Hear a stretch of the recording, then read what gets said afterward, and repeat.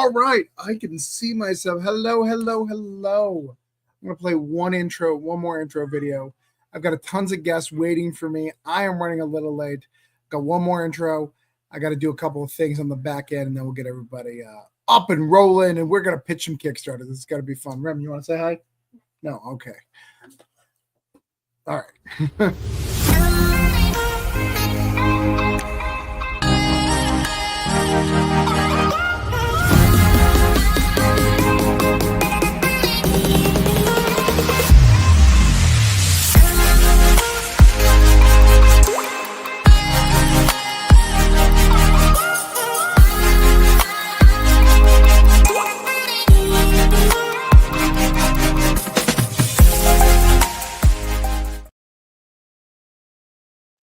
All right. All right. I am officially back. Hello.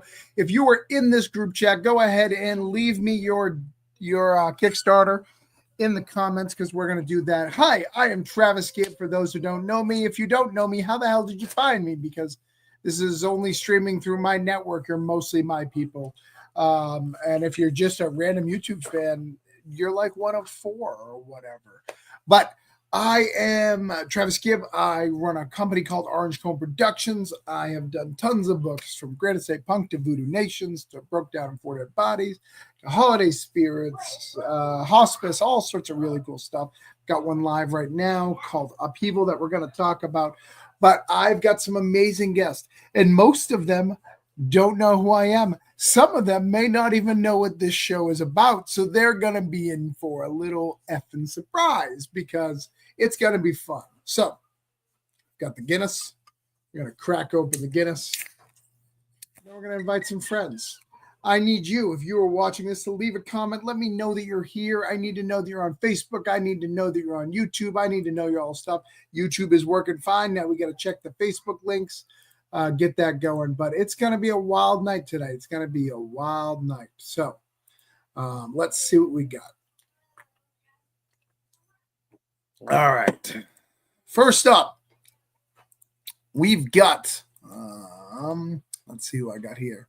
Who would I like the most? I always like to pick who I like the most. Oh, that's tough. I like Stephen Prince the most today. How are you? You're super excited. You're like, I was not on that list. I got to tell you, when you were putting the titles together, I thought you said 4 broke down porta potties. Yeah. And I thought that would be a great comic. So I was excited to pitch it to you. To pitch it to me? You ready? All right, give me the pitch, quick. I'm writing it. You're writing it. Oh, all right. I'm writing it. So how are you tonight? I'm good, man. How are you? It's good. It's good to be back. It's been a while. Yeah. Upheaval looks amazing. Thank you. Thank you. I appreciate it. Different. It's different from you. I'm used to more Grit. like down. What? Right. Grit. No, I mean, a it's a superhero, sci-fi, it's something different, but it looks great, and it's a great little concept. So I'm excited. I'm excited for it. I appreciate that. That. All right, let's see who I like second. Doesn't matter. Forget earlier, but John kept going like this, so I don't know what's going on. He's like, so definitely not John. I'll go Sean. Hey, Sean, how are you? What's up? Long time no see. I consider Sean my little protege, so his success is my success. And since his Kickstarter is doing better than mine, he believes he's overtaken the master, which is weird. But you got more backers thow. Yeah. It's fine. I got you banned from Facebook, so I mean, I know, 3 days, 3 long days. Yeah, I mean, I'm not sure how it happened. I'm just saying that your numbers were creeping up and you somehow disappeared. That's all I'm saying. Now it all makes sense. It all makes sense. All right, who else do I got here? I like a lot of these people back here. I'm looking at John again. I want to see if he's giving me a thumbs up or is he negative again. No, he's still at the no. John wants to make sure he's not. Aaron's sitting in a nice chair, so I may take Aaron next. But you know what? Fred's very sensitive. And if I put him closer to last, he's going to be sad. He doesn't have Kardashians like you, Steven, to take care of him.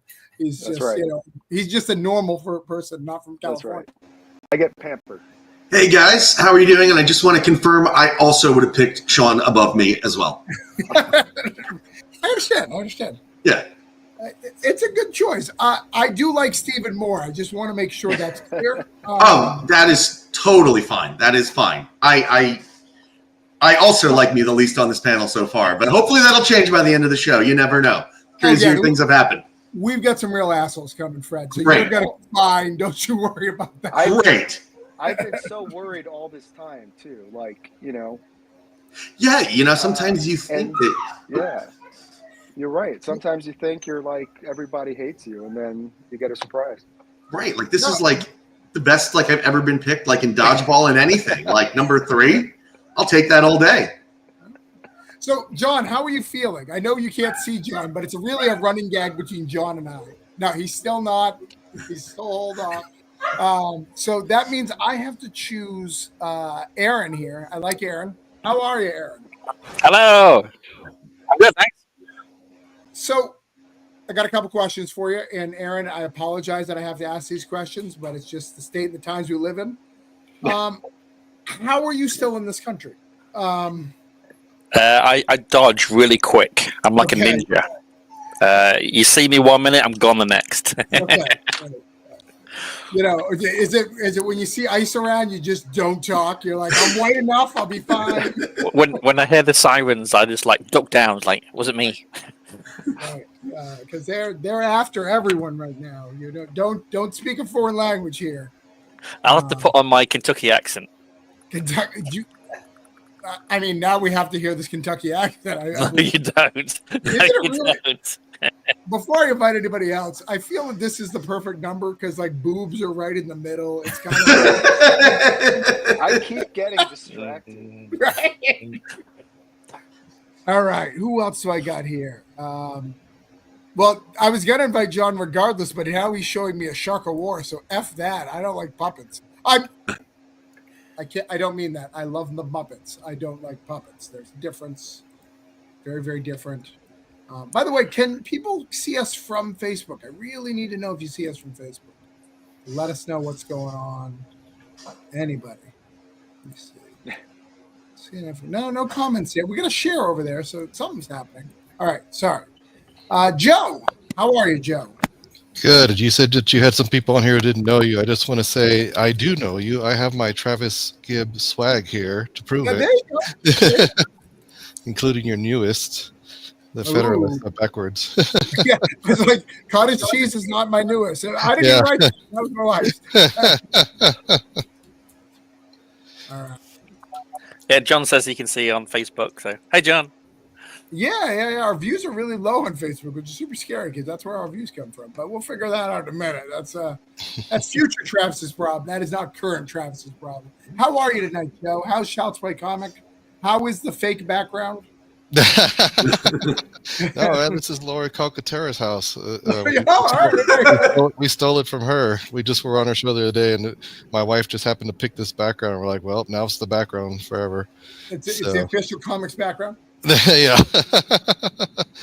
No, everything's good, man. I was going to tell you, I really enjoyed the Federalist, but it made me feel really old because, I don't know, the lettering just all of a sudden got really small, and I was like, that was that person with my phone like this, like trying to zoom in on it, and I'm like, it's just that I'm old. It's not you, Travis. It's that I'm old. Been reading comics too long. Fred, could you see it clearly, or did you need to put on glasses? I saw it clearly, and I loved it, actually. I told you before, I want the Travis Gibb, like, American Revolution, like in... The whole thing. The words that came to my mind were Colonial Batman. That's what I felt like when I was reading it. Yeah, I also loved in Granite State Punk, the beginning with the Paul Revere, the British are committing fuckery. Love that line. Fantastic. They are definitely committing fuckery. Let me see. Let me check. I just want to make sure I'm not missing anybody. All right, I'm bringing John on. John, you effed. The other two people, I have like stories. And John, there's two Johns back there. So the other John's like, I have not had a puppet. Like, I don't know. Puppet. It's not a puppet. It's not a Muppet. It's an arachnigator. Jesus Christ. It's what I hate even more. I don't want to be on too early because you get associated with Travis Gibbs' inner circle. Bad things start happening to you. That's smart. I'll have you know, Sean hasn't got canceled yet. Steven 3 days of disappears Facebook. enough time. Yeah, just Facebook. That doesn't count. Hey, I'm just happy this is the first time I get to talk to John. I've promoted his stuff for so long. This is number one super fan, Joe. Yeah. Thanks for coming on the show. Yeah, you enjoyed that meme I did for you, huh? Your Heck character yeah. holding I holding don't your know why I didn't campaign. think of that, but thank you. Oh, I really want to continue, but I just got an email that my Capital One credit card has been compromised. And if I click on the link that doesn't go to CapitalOne.com, but to random sites, I can fix it just by giving them my login. That's so great. I love how they make it easy on you. Right, that's so easy to just fix it. No problem. Right. All right, let's see. All right, so we've got two back here, two newbies who don't know my three newbies. Do I have room for three? Let's see. We'll Maybe figure it the out. boobs will come back. We'll figure it out. So I'm gonna invite, just not to confuse things, Zach. How are you, Zach? Hey, what's up? So I can vouch for Zach. He's the reason we're in comic shops. Oh, thanks. Nice. Yeah, we just tabled. I just tabled it at an event like 2 weekends ago next to Joe. And Sean, I'm familiar with your work because you work with Dave Swartz. And Travis, you did one too? Hospice, maybe with him? Yeah, I worked with Dan Swartz before Sean stole him. He said, I "You stole can't him." work with my people," and Sean threatened me with legal action. It was really weird because I had him months before, but whatever. He's a great artist and awesome collaborator, and I've been working with him on a project for 2 years, and I've just kept it. It's I have almost 6 issues done, and I'm gonna release them one after another. I've just been running my Kickstarters to fund that. So yeah. I mean, first off, I'm shocked that you still have money because Sean is too fast for me. I'm like, why do I have to? It's way too soon to pay you. Why am I on page 12? I don't understand. Yeah. Well, I've been running my Kickstarters. I had double income, no kids for a while, and that funded some projects a long time ago, which now those projects are funding Dave. Okay. All right. So that's how that happened. It's like I keep telling people, it's like a Ponzi scheme that you do on yourself. That's making comic books. You're like, well, I can take this money that I earned from last campaign, I could just roll it into the next project. Yeah. And get the free mug. I'll never pay myself back, but I'll just, yeah. Anyways. Eventually you will, once you've finished making comics. Let's get other John here. Hey, John. Hey, how's it going, guys? Oh no, I'm the second reason that there's no boobs. First it was Joe. Now it's me. Now, if you squint hard enough, you can see him. You still see? Yeah. Hey, Just down here. If Aaron moves Either a I little bit, spelled they could my be name his. wrong. They look like they belong to Aaron at this angle. oh. Position yourself a little lower, Aaron. Aaron, scooch down a bit. Lean forward. There you go. You just need Zach to raise his hands and hold them right here. Hold on. I'll be we're up there. Like that. And to answer John's question, hold on. I got to look up something before we go on. Not John W. John S. I'm going to call him John S. Let's see. Hold on. I got to go through my chats here. I sent a lot of links out today. Where's John's? I don't see it. It's very likely Oh, I here it spelled is. my own name wrong. Yeah, no, I got it. All right, John, your question from 11/19/2024. I saw you were looking for pictures. I got it. I got it. Next time. Next time. You got me next time. All right. To be fair, most people are so jealous of you right now because I responded to somebody. Even though it's from November 19th. Just 4 months later. That's okay. Right, they're just fine. So I got it. James, let's keep it rolling. I went to send Travis a private message the other day, and I was like, hey, it's not even worth it. It's not even- I sometimes reply if I want to. And let's see if TS can come. TS is late. He may be able to get in. Let's see if I have enough room. I think they allow me to have one more, and we'll be a full boat tonight. Let's see. Hey. Oh, look at it. Hey, Oh, I'm here. No, The boobs are back. I'm so sorry I'm late. I was on another podcast and it was going long, and I was like, oh no, I agreed to be on this other thing. Please let me go. I think you just made everybody happy, so you're good. Best case scenario. Perfect timing. Well, and you know, I am a bitter man when I am angered. Ask John. John's had to step in a few times, so you don't want to make me mad. So I appreciate you telling that whoever that podcast was that you got shit to do. I was hanging out if with you John put- Avina if you from put- TikTok, if you know that guy. If you swap John with Joe, you could have John left boob, John right boob. I'm definitely That's what they a call me at work, actually. John Wright. So, gentlemen, because it's all guys, all white people too. We should really work on our diversity. So somebody put it on a. Hey, I'm 100% Hey, Puerto don't Rican. let I got the you, light man. fool you, Travis. thank I am Hispanic and from Texas. So Okay, all right. nice. Then I feel even worse because you're at the bottom of the thing. So it's fine. It's fine. So here is what we do. This is a very different show than you're used to. What's going to happen is you're going to get a small time to pitch. We're going to go over all your Kickstarters. Hopefully you send me in the private message.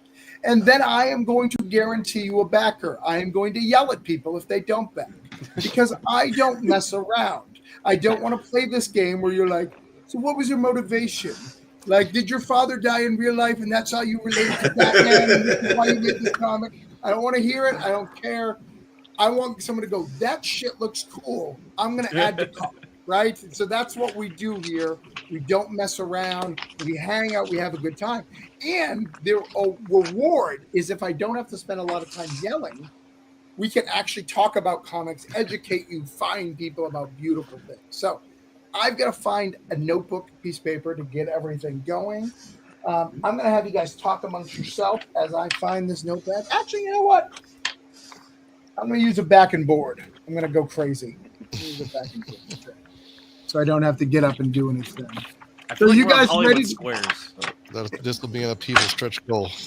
He'll Yeah, sell right. that after he starts writing on Sign it. Oh, yeah. There's supposed to be James is supposed to be on here tonight, too. I don't see James, but all right. Cool. He's in the All chat. right. No, not. Yeah, James is in the chat from 9:30. Where? Okay. I sent him a link. All right. I can't help him if he doesn't He's click on on the it. second shift. There's nothing I can do if you don't click on the link, James. All right. So, you guys, everybody good? Does everybody have any problems? Does everybody have any blasphemies I got to address before we start blasphemies? I'll ask you again at the end in case we offended anybody or we're going to get canceled so we can address it. Everybody good?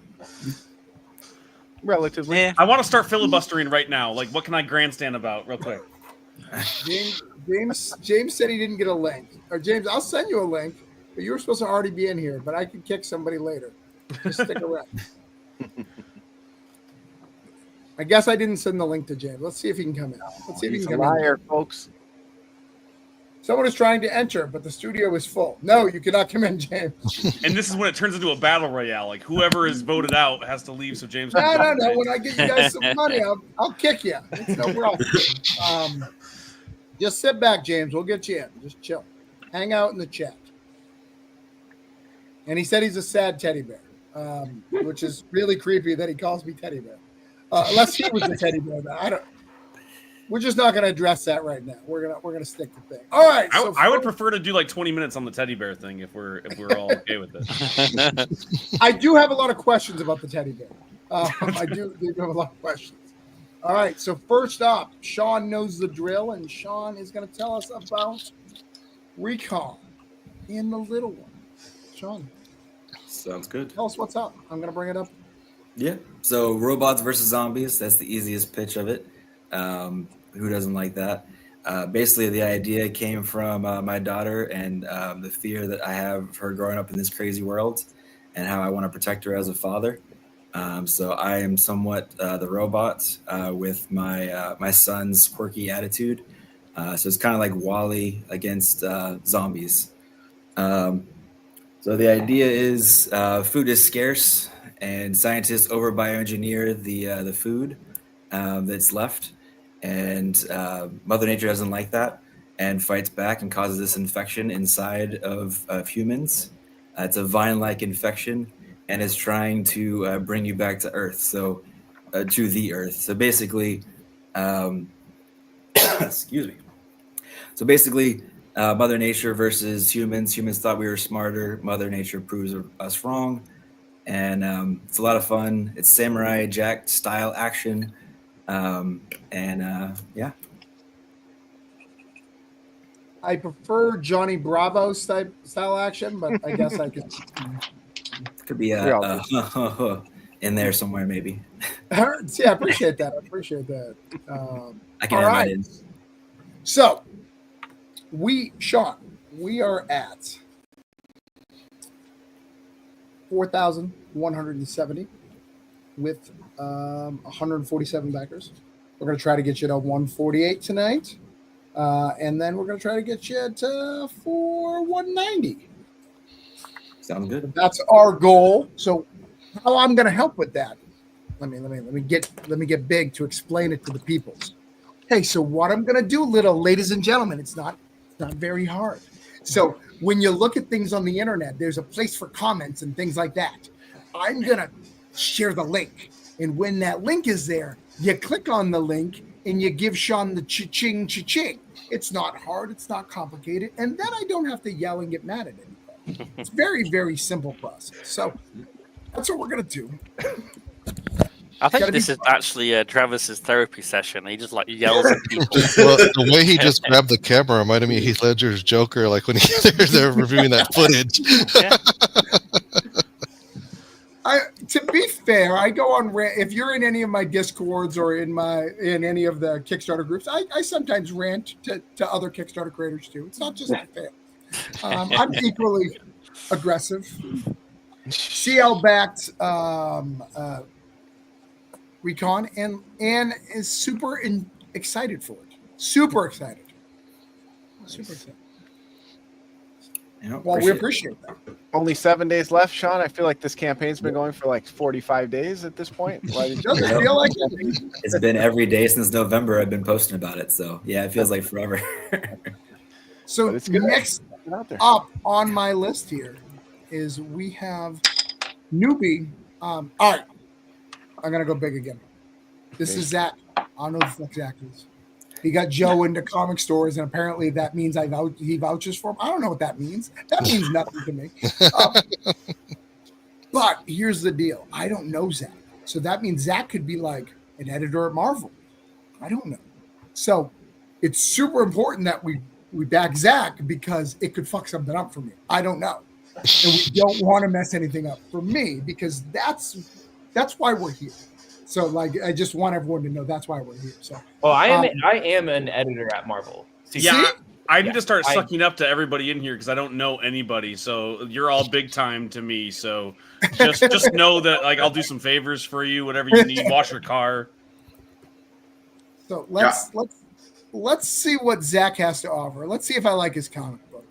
Apparently, he's a big Elon Musk fan, which is not great, but. Tell us about a haunt on Mars. So actually, not a big Elon Musk. The Mars says otherwise, good sir.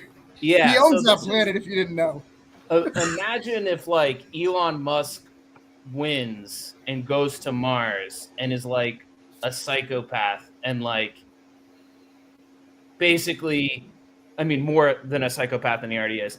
And kind of kills everyone on Mars and is like the only person left. That's kind of like the pre-setting for my series, which is called A Haunting on Mars. It's basically a cyberpunk ghost story. It takes place on Mars. It's about a team of corporate mercenaries.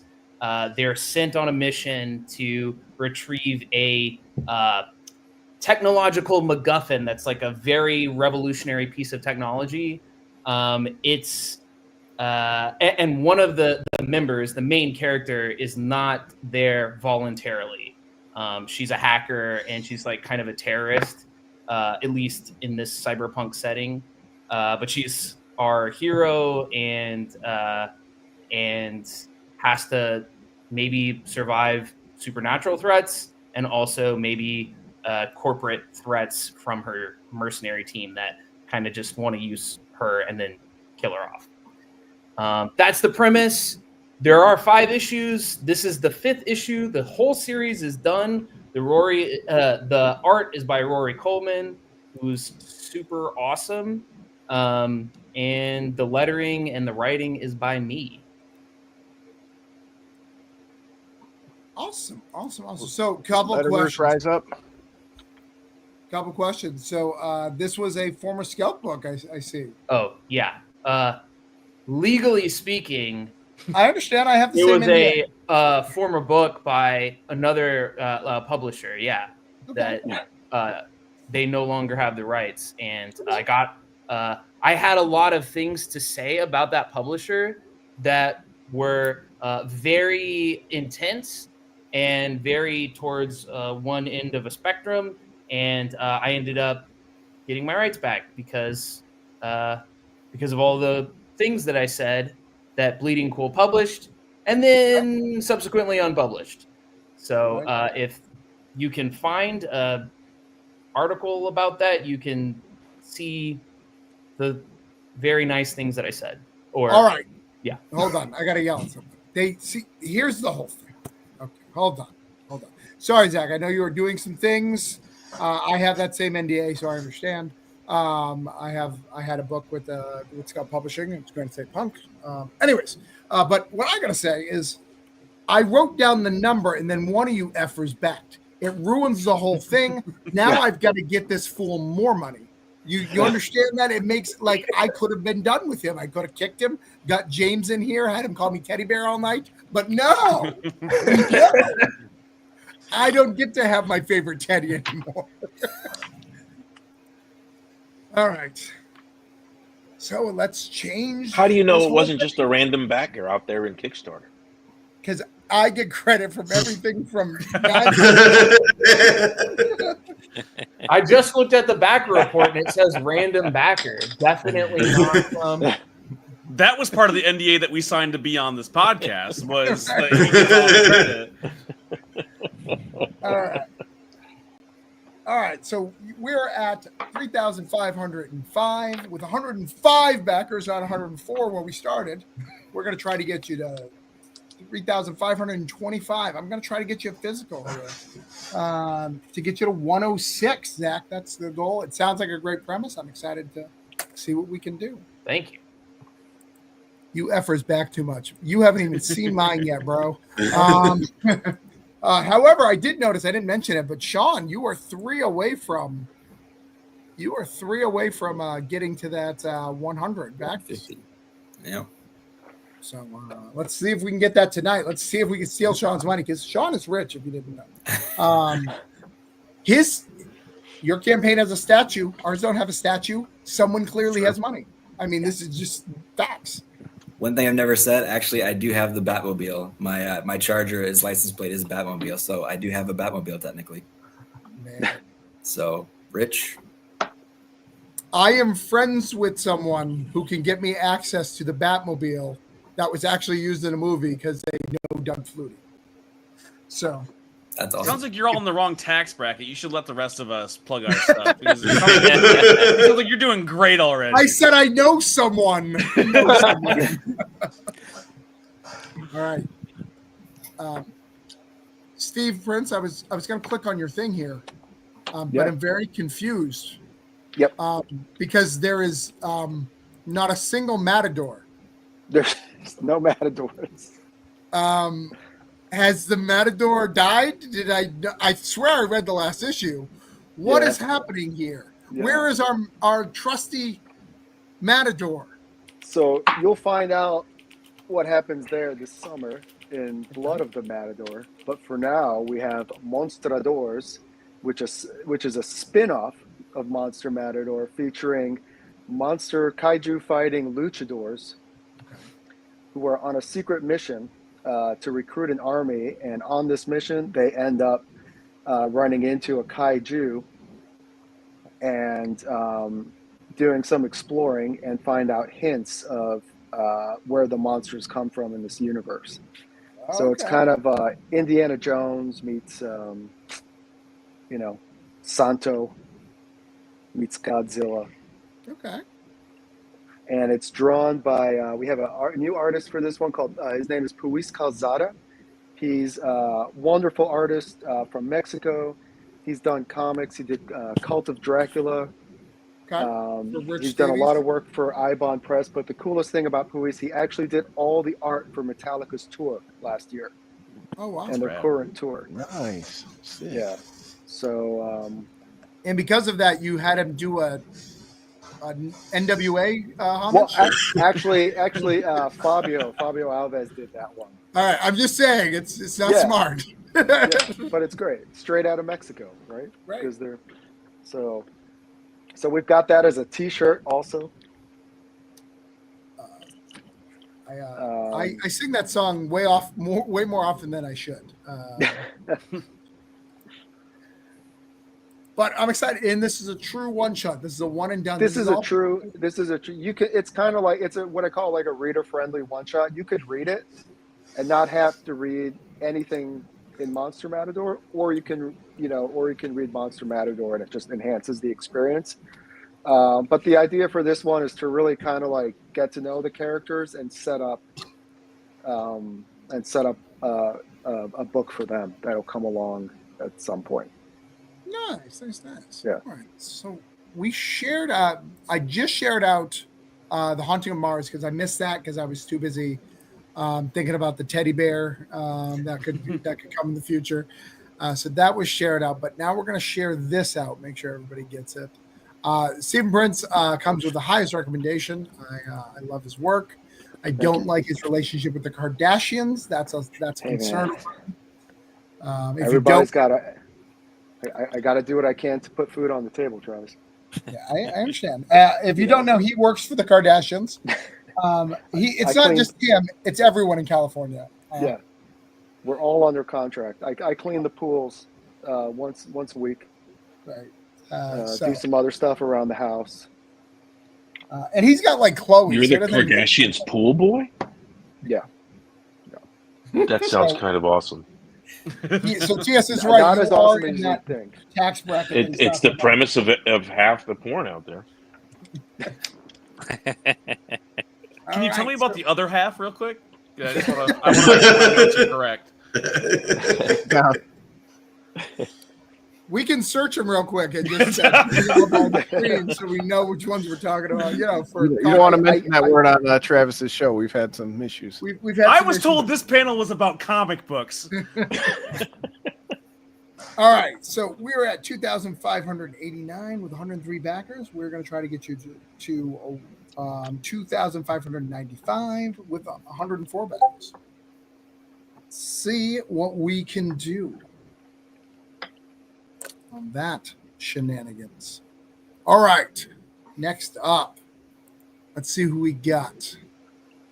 We got Other John, not John W. John Other S. John. Other John. He is OJ. informed. Did you say you're Puerto Rican or Spanish? Yeah, I'm Puerto Rican, and my name is not Satan. As I don't know if I put that there. I'm sorry. My name is Santana. But I do horror comics, so makes sense. I don't practice Santeria, sir. I ain't got no crystal ball.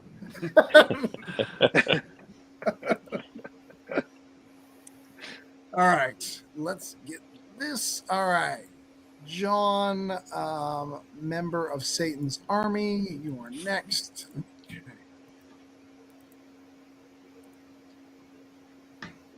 Okay.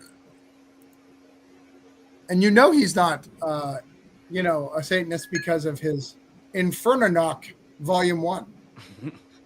Oh, of course not. It's a good cover. All right. It is a cool cover. So tell us about this very cool book. So it's about a young girl just getting into college. She needs money. She just wanted a job. And what started out as a minimum wage elder care in a rundown house turned into like a maximum risk elder god hunting because the poor old client with Alzheimer's that she's caring for has actually spent the last 40 years as a monster hunter. And now he's no longer hunting monsters because he has Alzheimer's, and she has to pick up the mantle and figure out how she's going to save her town. Okay. Yeah, the artwork looks wicked. Yeah, super cool. It's 120. Yeah, So Eli this is a Powell. full completed. Is it done? Yeah. Is it? Or are you in It's production? done. of it? 120 Okay. pages. It's going to ship 2 weeks from now. Wow. It'll ship in March. Look at that! Wow! Very, very cool. Did you kickstart this as like single issues?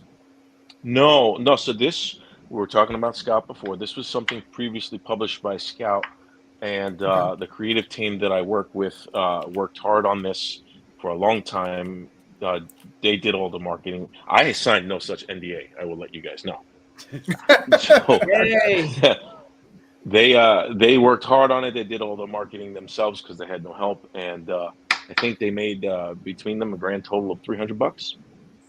So we worked together to kickstart this first volume to get them a little bit of money in their pocket, and then we're going to move forward with volume 2 with whatever earnings we can raise with this. That's the plan. As a matter of fact, our next stretch goal is the first 5 pages of volume 2. Nice. I love this. All right, so we've got 2,641. I got 109 backers. It's got Cthulhu, so I'm a fan. I tend to do a lot of that, if you don't know. 2,662, 66. 666 is where we're going to go. 2,666. Let's see if we can get that. Get you a backer. Let's share this baby out. I think the book looks really cool. Eli Powell does great art. He's fantastic. So it looks really cool. I don't know anything about Mina, or how do you say it? Mina? Is that right? Mina, that's correct. Yeah. She's done a lot of other horror stuff, horror anthology books. She worked on a book. She and I wrote something called The Haunted Box. She also wrote a comic called Helicious that's been picked up for an animated series. So I've actually she's up Haunted and Box. I probably have it somewhere to look at. Yeah, man. You probably got Haunted Box 2 in the last 2 weeks. We just shipped them out. All right. Okay. I have Geminis here that need to be taken care of, so it's probably in one of those. All right. Got that. Next up. Let's see who's next up. We've got Aaron in the, this is a brand new book, never been on this show. Never So been on bullshit. this show. It's exactly where everyone needs to go. But Aaron, tell us about this. Amor Patris is Latin for father's love. It is a supernatural horror where exorcisms are real. It follows a small town sheriff who investigates a local disturbance, and it's anything but. So the farm he goes to is full of death, madness and blood, and he basically starts investigating what happened. And his investigation leads to exorcisms and the Vatican, and pretty much all hell breaks loose. So kicks ass. It really leans into the horror aspects with the black and white. So if you like The Exorcist, The Nun, The Conjuring, this is definitely up your alley. Nice. And look at with this comic bundles, you already have 3 extra books a month, which is really cool. So Yep. You get the digital, you're really hooking up, So there's a lot of cool stuff there. Like for $10, you're getting like 5 books, which is cool. Yeah, that's rad. But that's rad, and we're very close to getting this one across the finish line. We need about 1,000 more. We got 14 days to do it. So I hope so. I really hope so. For those who don't know, it's struggled to fund. We don't know why. Yeah. The first one did really well, but we're gonna keep trying. We're gonna see what we can do to get this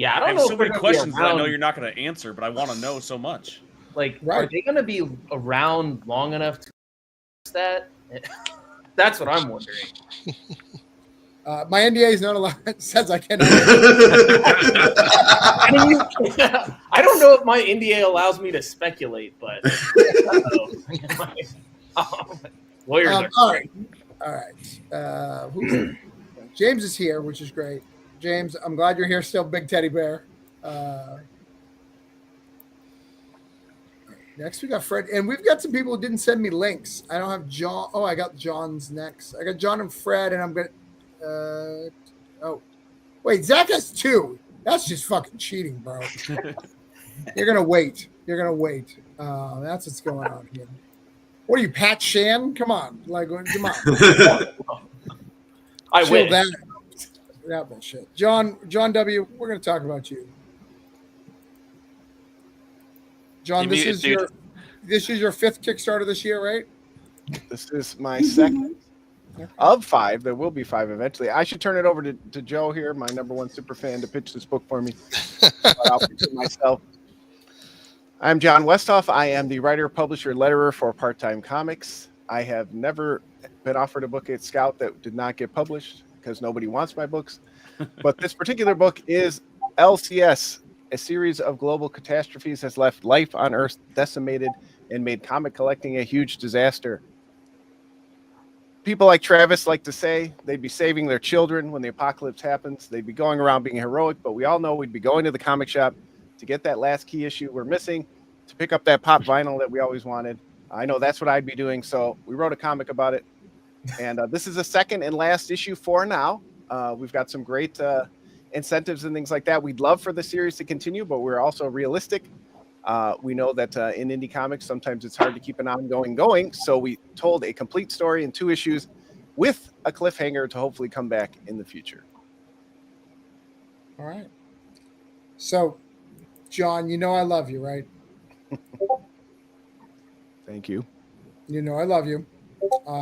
I have a question for you, and don't take this the wrong way. Do you think that your artist, Winston, is talented? Yes, very. Then you should show his effing art instead of in this small little dinky little thing. Show me his art. I don't know if you know this, but in this age of technology, you can zoom in on things, and there's not a lot of screen on here, so I do the best I can. But it did come out a little smaller than I had hoped for with the with your screen. Pages. Show us full pages. Come on. I mean, obviously I can zoom in, but show us full pages. Come on. I'm sorry, sir. I'm sorry I've let you down.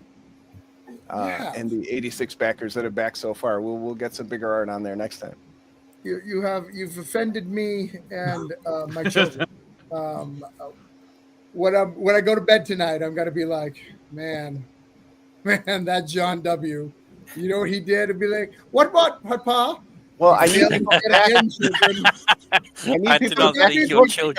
I can't afford more pixels. I can't afford bigger art to put. It's a psychological thing. If they have to look closer, they're more likely to back it, right? Like they've taken the time to look at it closely. Now they're closer to clicking the button. They're personally invested after the effort. Right, exactly. Can we just go back to the children going, they tell me, can't Papa? But we're hungry, Papa. I know John W. has messed up again. And he gives the world smaller portions, so do you.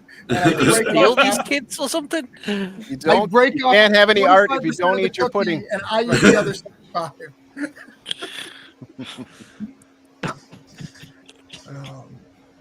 Issue 1 was fire, says CLZ.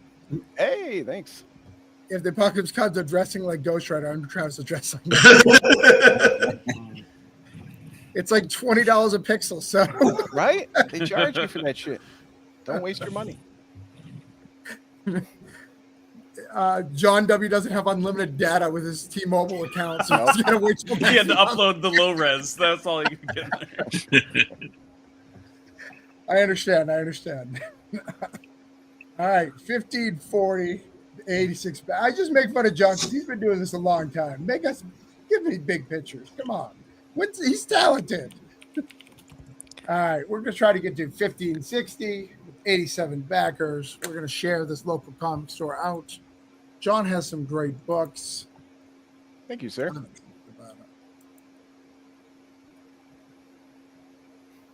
You're not supposed to load a Kickstarter with a flip phone. I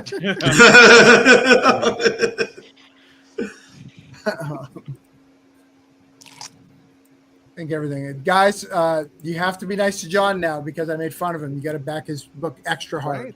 Yeah, when you hit the button, like hit it with extra oomph, you know. He only invites me on here to shame me, so at least give me a couple pennies to walk away with.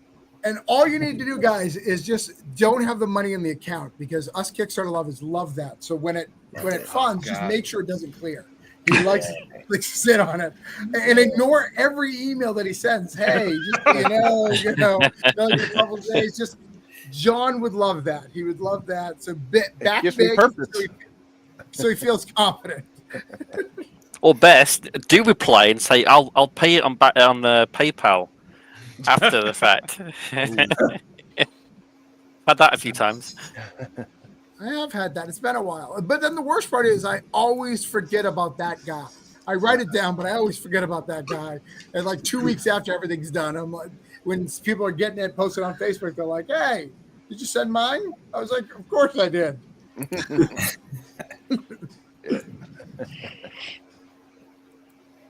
So, this book, I'm embarrassed about the backers. Because it is a great fucking book. I've read both issues. I think it's a fantastic book. And it is shame because I know how many you fools love Garth Ennis and the boys and all that. So we're going to talk about fisticuffs here with Fred. And Fred, tell us about what's going on here with the fisticuffs. Well, fisticuffs just got funded today, right before we started. I'm over the moon, man. It still hasn't settled in yet. Probably, May-ish, I'll be able to enjoy this. But fisticuffs. Fisticuffs is about a functional drunk whose comfortable life is derailed when a one-night stand has deadly consequences.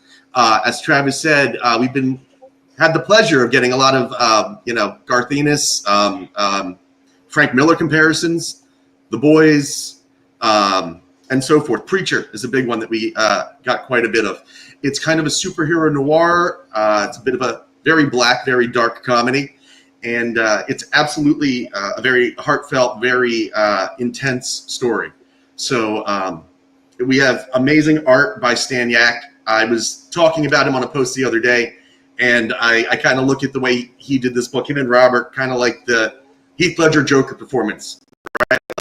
I can't look at anybody else. And Dave, for that matter, too, whose lettering is insane, so much emphasis. So, I couldn't be more proud of this book. I can't imagine it coming out any other way than it has.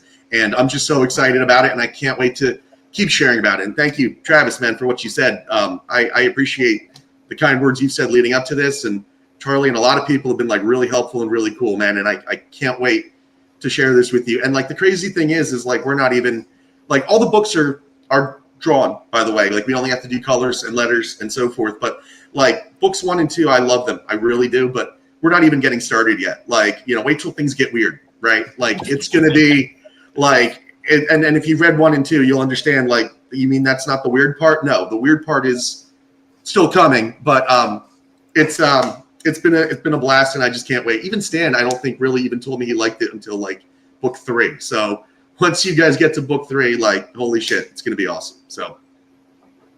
Yeah, no, this is a great book. It's a shame that it has so few backers. I don't think. I think people just don't get what it is, and I think once you see it, I think you'll be fine. Stan Yak. I mean, it's Stan Yak. Come on, everyone wants to work with Stan Yak. It's just ridiculous. And I'm very new too, right? So it's obviously going to be a build and stuff, but I do think as people get to read it and stuff and get turned on, it's going to be it's a really I think it hooks you in pretty nicely, the characters and the world building. Chuck, do you have room for a sexy book? Chuck, I don't want that book on my platform, but I like you enough.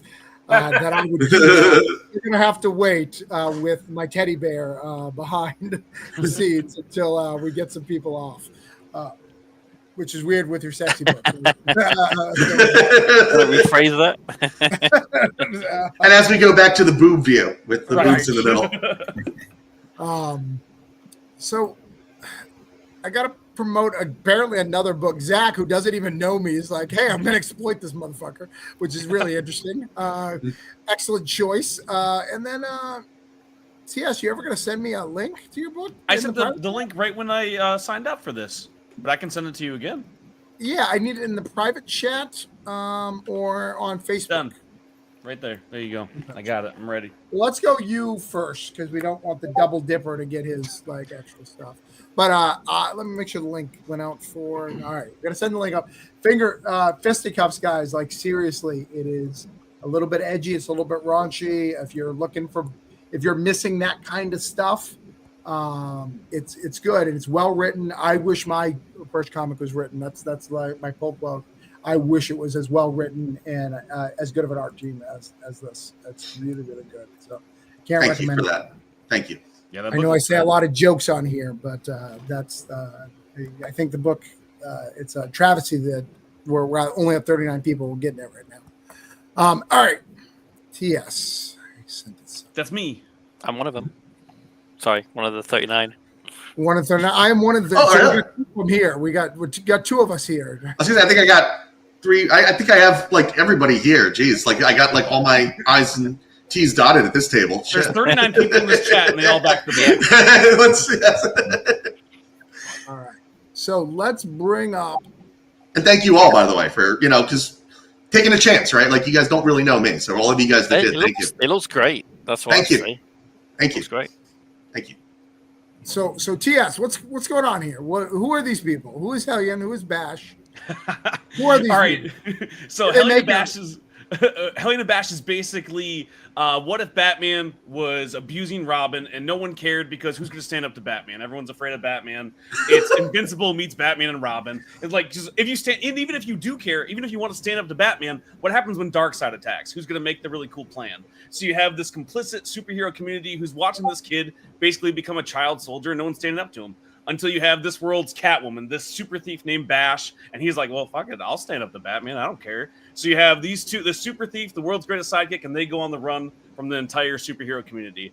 And basically it's a meditation on child abuse and the complicity about that, but nobody wants to eat their vegetables, so I shove it through with ice cream, and I go, look, they're superheroes, they're punching each other, don't worry about learning a life lesson and standing up for children. Just watch superheroes fight each other. But it's written by me, drawn by Marcus Pedro, an amazing artist out of Brazil. He did a bunch of stuff on this Portuguese language webtoon app called Funktoon. It's really, really rad. He was trying to break into American comics. He took a chance on me, and it's lettered by Mike Stock, who's done like basically every other indie comic that's not on this panel right now. My buddy Fish, who I know we've seen his face pop up on here, he lettered the first issue as well for me. Okay. We traded some work. I write his main comic book, Alice, Lost in Wonderland. So we kind of did a little trade there, but this is only my second Kickstarter. I did some stuff on Zoop before, so I just don't have a lot of backing on Kickstarter yet. But I did get a publisher involved with this. A buddy of mine was like, hey, I'm going to give you a bunch of money to make this comic book. You got to go earn it back. So that's why I went to Kickstarter, is to kind of prove to them that I can pull an audience. I pulled a lot of backers, didn't pull a lot of money with them. So you remember when I was making fun of John? You have to narrow it down. There was a lot. John W. That's just the first thing. You keep going. We got the big art for preview. Travis, which John W? You have a dinosaur here. We do. We want to see dinosaurs. We do. Everyone wants to see dinosaurs, TS. Everyone. So you can't make a dinosaur small because dinosaurs are big. Dinosaurs. I'm following the logic here. They're cool. We want to see dinosaurs. Every comic with a dinosaur is better than a comic without a dinosaur. Everyone knows this. That was the main art we showed on issue 1. So on issue 2, if you keep scrolling down, you got to be patient. No. You got to be patient. And in our defense, you also are extremely zoomed out on the smallest browser window on your Commodore 64 that you're scrolling through right now. You happy? You happy? That's as big as it gets. Here. I'll get the dinosaur. It'll come. He's on there. I think he's on all the sticker art because that's our main sticker was pterodactyl.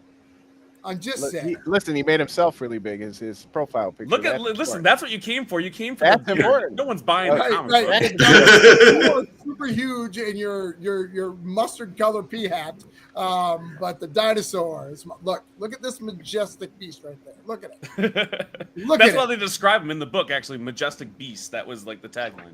Right. That this should be full screen. Like everybody should be like, hey, can we minimize and get out of the shot? Can we get away from the pterosaur that's holding onto the building? I got it. Yeah, it's a dinosaur with a six-pack. What do you want?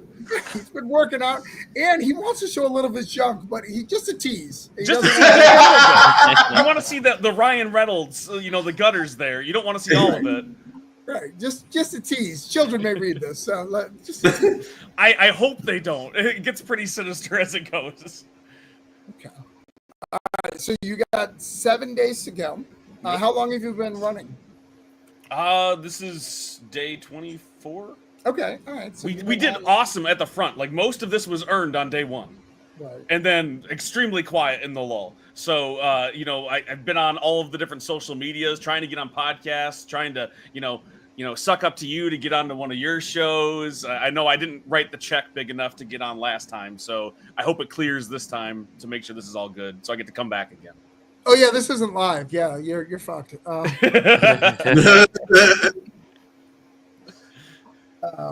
But let's see what we can do here. Let's see if we can help. All right, so we got 1,679 with 60 backers. I'm going to try to get you to 61. We're going to try to get you 689. You're struggling a little bit, so I'm going to do something I don't do very often. Guys, if you're on this panel, do me a favor and share this beast out. Let's give them one big share, see if we can get that. So if you guys don't mind, for me, when I share this link, share it out, because it's not looking good. I'll be honest. If we don't help out a little bit, I appreciate that. Suck up always helps. Laugh out loud, John. Let me see. Where did Chuck say he's staying around? Laugh out loud. That's all right. Don't worry about it. I had forgotten. Chuck, it's fine. I'll let that guy on. All right, I'm gonna fucking spill the tea. We're here to spill tea. That's what I'm gonna do. Chuck is writing a book, and Chuck is a great writer, so I'll support anything Chuck does. But the person he's writing for is all about dinosaurs effing, and I have no interest in dinosaurs effing, which is weird because based on how excited it was about the dinosaur and his little peephole, you would think that it's the opposite, but no. I think you need to have some truth with yourself here, Travis. I think you're really interested in that book. I think that you're just fighting it. Can I ask a question? This has been like plaguing me for some time. How can you, like Jurassic Park, all that stuff, how come you've never seen like dinosaur genitals? Like, what do they even look like? Do you actually nobody knows? What? They don't news. They find a way. I never understood. They don't hang down. They often, that and the reptiles, they lay eggs. There is a way they go in and out of the body for reptiles. It sounds like you go back, Helene and Bash, and find out because when we get to the next chapter, or this Chuck. I was going to back anyway because I love your pitch and your concept. Like, has nothing to do with the dinosaur sex, but I think you're really on. Of course not. No, because I've been reading a lot of Golden Age Batman stuff, and like you're really onto something with that child endangerment shit. Like he uses Robin as like the go-in first guy. Like Robin's like his shield. It's really unfair. It's a little messed up, but I am going to clip that out and use that as a pull quote. It's like you're really onto something with the child endangerment stuff. Oh, don't put my name on that. The internet's forever. Scott, because you're late, you're going to have to wait, good sir. We have our full panel. We only have so many spots. We have my teddy bear waiting in the wings. And we have Chucky Pino waiting on the wings. So just wait around. We'll get you in once we get some people some money. People get tired. John W. gets tired pretty easily. He tends to get See, he's already tired. Not see, I see it in the private chat. He's already trying. No, you wait, John W. You wait just a minute. Because apparently Zach, who doesn't know me at all, is like, hey, I need a favor. I got a second book. So we're going to talk about Zach's second book here. Speaking of dinosaurs and dongs, go on. These dinosaurs hang dong. It's Dino Nights. It is actually more of an all ages book. It's a science fiction Arthurian fantasy comic with a lot of time travel. There's a group of dinosaurs fighting a group of like AI robots at the very, very end of time where like Earth is dying and the sun is dying. And the last bit of both sides send some warriors back in time.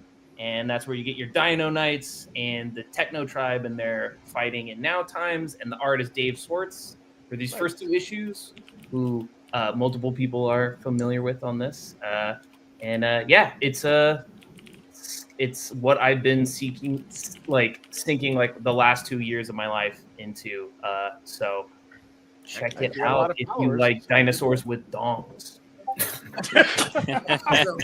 That sounds like the way that we all should be pitching our books. I feel like I'm pitching my book wrong, and like I would have hit my goal if I would have just mentioned that more often. Oh yeah, I'm rewriting this now, so they still have dongs. They didn't before, but they will now.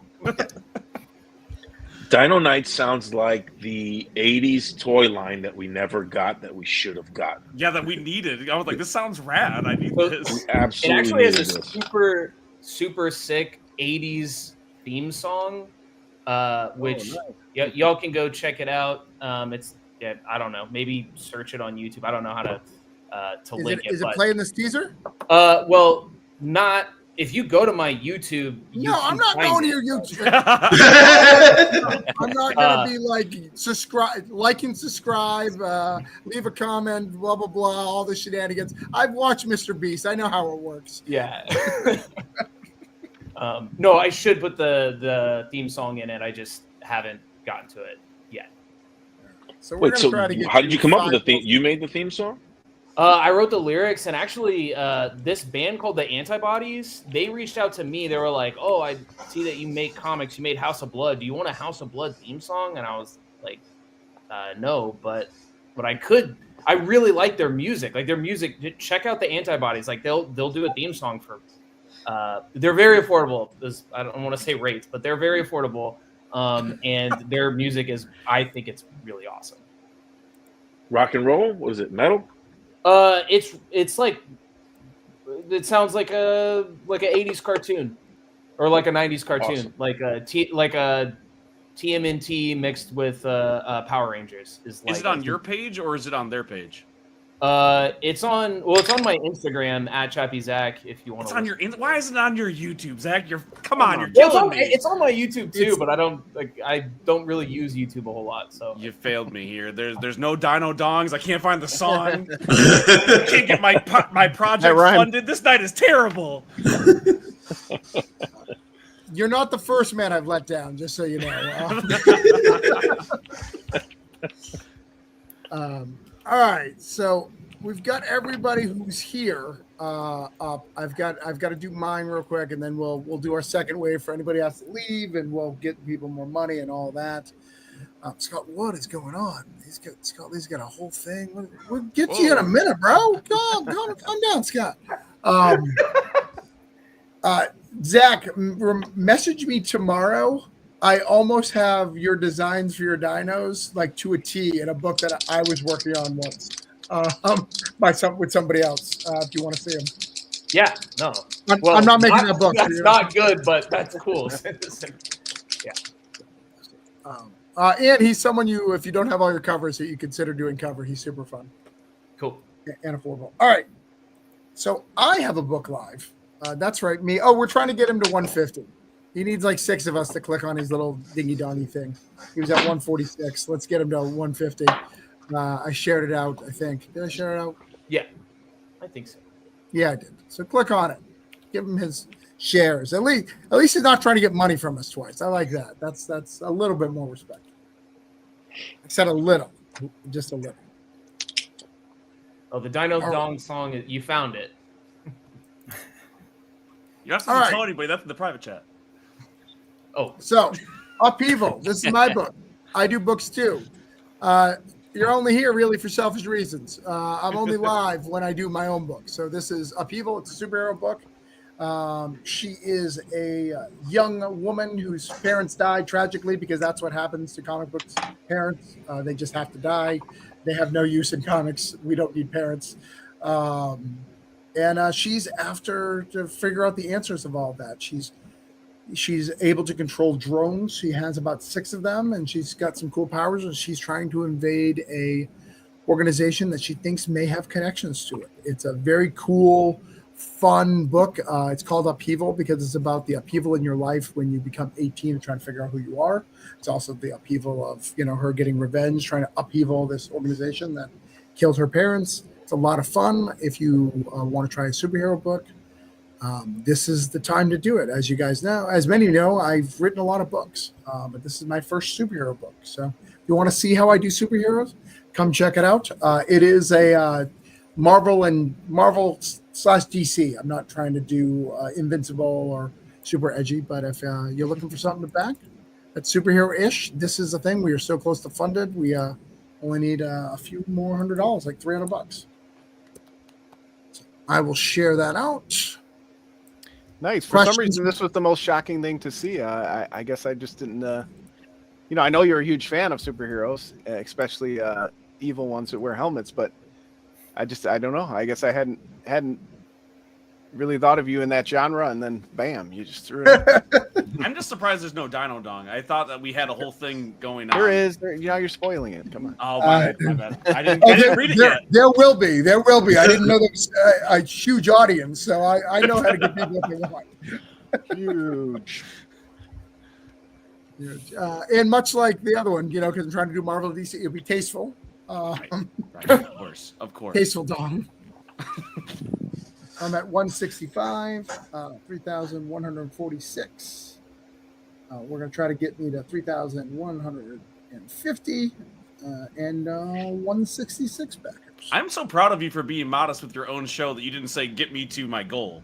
Like, I would not have had that kind of restraint. I would have been like, get me another $5,000. Like, what do you mean?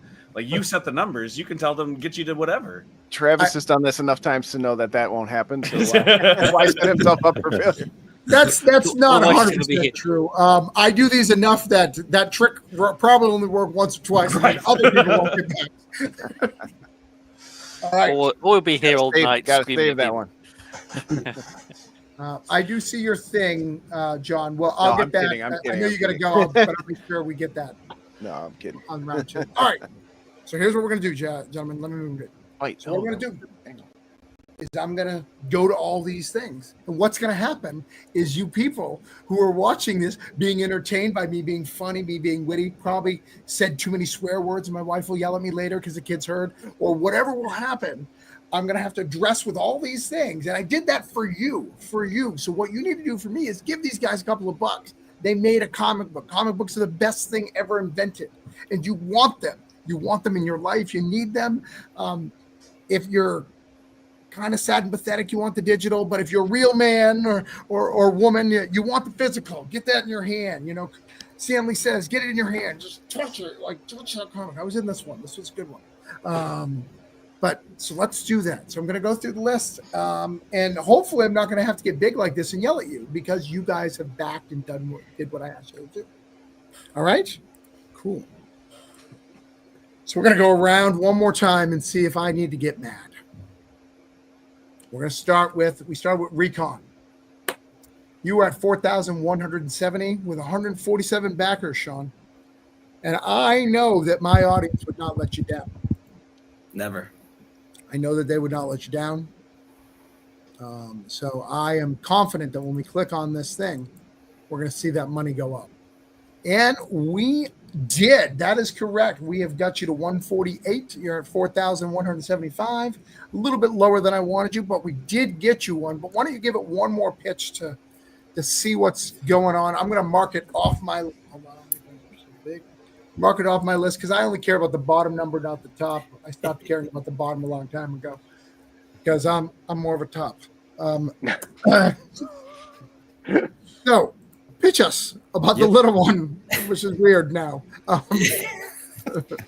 Robots versus zombies. I didn't get into it earlier, but basically, the beginning of the book is after the war is over, humanity is lost, and the robots don't have any purpose anymore because they were built to protect the humans.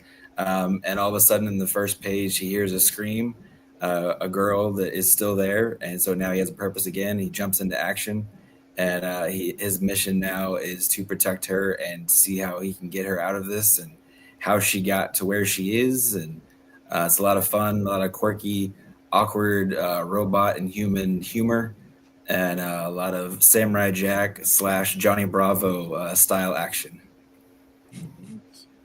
And I would personally like us to get to 150 tonight. So are you sticking around with us for a little bit? Yeah, sure. If I'm allowed. Let's keep playing with that. I'm going to share it out one more time, guys. Just because I'm not yelling at you doesn't mean I don't want you to back. Does not mean. James, it's okay that you're not in a big financial situation. Just share it out. Hamilton also wasn't either, and he got murdered. There's a whole rap song about it, so you're fine. He needed to handle his financial situation. All right. So, one off the list. All right. Elon Musk fan, Haunted on Mars is next. You know you're haunted. Stop. You search your soul. You know. You know, I know. We're all where we need to be. Yeah, I got a Tesla. I got a Cybertruck. This is all starting to add up. You really have a Cybertruck? That's really No. I Don't see them. Cybertruck. I live in Austin, and I see them all over the place. We have a Tesla like factory here in Austin, and yeah, those ugly things are everywhere here. So something must be wrong here because when we left, we were at 3,505 with 105 backers, and we are still at that number. Let me refresh. It's something. Maybe it's my computer.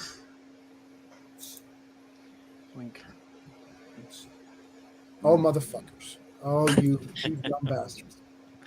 I'll be right back. All right. Listen. We had an agreement when we started this whole thing.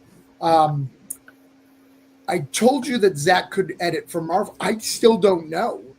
He apparently knows about dinosaurs and knows about David. And you didn't even give that a dime. A dime. He wants to go to Mars. I don't believe anybody who reads comic can be an Elon Musk fan. I don't believe that they can write as good as the fiction that he's doing with our country. So I know that you need some saving right now from the craziness of what is happening with literal Mars missions. So I'm going to let this guy Zach pitch again, and I'm going to expect you to do the right thing, or I'm going to get mad, and I'll cancel Cthulhu Invades. You don't think I won't do it? You won't get it. No more Cthulhu Invades. I'm just saying. So let's do the right thing. Help Zach out. Don't let Zach down. So Zach, I apologize if that happened to you. I understand. I mean, we are in a cyberpunk future right now where people need to be, they're buckling down. They're careful with their money, and I can respect that. But yeah, this is for people who are fans of cyberpunk. If you like Neuromancer, Blade Runner, Cyberpunk 2077, Snow Crash, like those kinds of stories. But then also like if you like ghost stories or like Cronenberg or Junji Ito, like it's if you smush those two things together, those two genres, and I mean there's science fiction and supernatural things happening. It's like about 120 pages of worth of comics. So if you want a huge amount of sequential art, this is the campaign for you. And there's a bunch of cool add-ons too. Like all Yeah. of my other comics you can get here as well. And you can get the whole thing for 40, which is not bad. What's the shipping on that? What do you go for shipping? $6. $6. So he's not even one of those guys who try to gouge you like 10, because apparently we don't know how math works. So it's $46. You get all 5 issues, and is that completed? Is that the end? Yes, it is one and done. It has a very definitive ending, and this is the end. And then then my focus is on the Dino Knights. But yeah. And if you can't afford that, you're a poro. Get the 25. Get the complete digital. I respect digital backers, just for the record. Don't drop your digital pledges on me or anybody else, just for the record. But there's a lot of options here, which is really, really cool. How many? I think you can answer this question. How many issues came out through the direct market? In the indirect market, just the one. Just the one. So only the first issue came out in the direct market. Yeah, and I think I can say how it's sold. Like it's sold. I don't know. I mean, I feel like they don't market. They just put it into solicit, and then if you put just about anything into solicit, it'll sell between 2,000 and 3,000 copies without any marketing, and that's maybe what mine did, if you legally speaking. So we don't know. We don't know. We don't know. So the future is unknown. So I mean, and I got maybe exactly the same amount, or I was supposed to get the same amount that somebody else mentioned, and I maybe have not received any of that. So, yeah. Well, we're gonna take a pause, let people look at this and figure it out. We're gonna try to get some backers on it. One of the things I would do for this is I would change it to 1 through 5 at the top instead of just the end. Okay, cool. Mm-hmm. Yeah, that's a strategy for stuff and try to figure things out. So, all right, let's get this down. We'll get you that backer. You stick around, Zach. You can't. You aren't allowed to leave. Updating it now. You're not allowed to leave because people were mean. Didn't do what they're supposed to do. All right, next up, I have Prince. He is a prince of a man, loved by all, feared by many. And, here, before I even bring it up, what I'm going to do here, before I bring Steve's up, I don't know what it's at. I really don't. I'm going to share it in the chat. I'm going to assume that you guys are going to do right and take care of it. I'm going to tell a little story. A little story time about what's going on. Story time. Far away from here. I'm in Florida. The farthest way you can go is California. California has given me one thing. That is my wife. She was living there and decided to leave there and met me in Florida. Beyond that, it doesn't really have a lot going for it. Some pedophiles, a couple good movies. But recently, it was on fire, and a lot of our friends were affected. I don't know if Steve was affected. I assume so. Because even if he wasn't directly affected, it was on the news all the time, and that's also stressful because having to watch any news is bad. But there is an organization out there that helps comics, and somebody stole from that organization, and that's very upsetting as well. So what I'm saying is California needs a break. There's only so many Kardashians that can hire people in California. So people like Steve, who's trying to break away, trying to free himself from the clutches of what California does to him, need your support. Just $1 a day can help Steve and his family be fed and taken care of and move from the wretched hive of villainy that is. So we're going to check on the does anybody else live in California? No, I'm bringing it up. No? Okay. All right. It's rough out here, man. It's rough out there. It's rough out here. No, the fire. I mean, it's that sand. The fires were horrible. I know a lot of people who lost their houses. We evacuated for a couple weeks.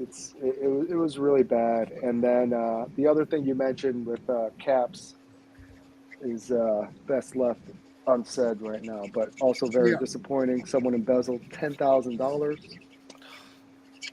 Right. From caused fellow it to comic shut creators. down. That's horrible. Yeah, so not good. But Steve, the positive for you is you got a But- little bit more money. But we got it. You were at Travis 103. did it We got you to 104. I don't know if it That's just right. happened. I did see it change, but it could be just because it didn't refresh in time. But we're gonna call that a win, Steve. We're gonna call It's that a win. It's always a win on the Comic Creator Hangout. Yeah. So we're gonna There are no mark that out. losers. It's There true. are no I have losers never here. not successfully done it, Zach. Yeah. Just so you know. So we'll get you where you need to go. Steve, do you need to leave? Yeah, I do need to leave Okay. in a couple Yeah, I know minutes. you got those kiddos. Apparently, they eat at this time, 11 o'clock They at night. do. I don't know why you feed your kids at 11 o'clock at night. It's just weird. Again, California. there's no Like other time. 3 a.m. by him. It's only Eastern time. There's that's it. I don't know of any other time. All right. If you'd like, I Thank can you. tell you who wins Jeopardy, if that helps you and your family. Can you? Because I always do that with my wife, and it'll be great because I need to win. Thank you as always, Travis. Appreciate it. Good to see everyone. Good luck on your campaigns. All right. Let me share it out one more time for those who didn't know. Do you want to pitch it one more time real quick? It's Luchadors versus Kaiju. It's a spin-off from my main book, Monster Matador, and it's a reader-friendly one-shot. You don't have to know anything other than Luchadors versus Kaiju. And think Indiana Jones meets Godzilla meets Sento. All right. So if that doesn't do it for you, I don't know. I don't know what will. All right. Give him more money. I sent the link out. All right, Bye. thanks, I'll miss you. Love you long time. man. Mwah. All right, so let me get that link to my teddy bear. This teddy bear thing is getting really weird. Scott, you're after the teddy bear. Well, actually, you're after Chuck. But don't worry, John's leaving soon, I think. John also is sleeping. In fact, well, let's do you next, John. How's that sound? Thank you. To be fair, you waited I'm so only one long. time zone away from you. I don't know why I'm so old, but You just are. You just are. a damn kid's school starts too early. So, local comic store, LCS, is at 86 backers with 1,540. We're trying to get you $20, 15, 60 to 87. Spoilers. Let's see We're if looking we good. are happy or mad.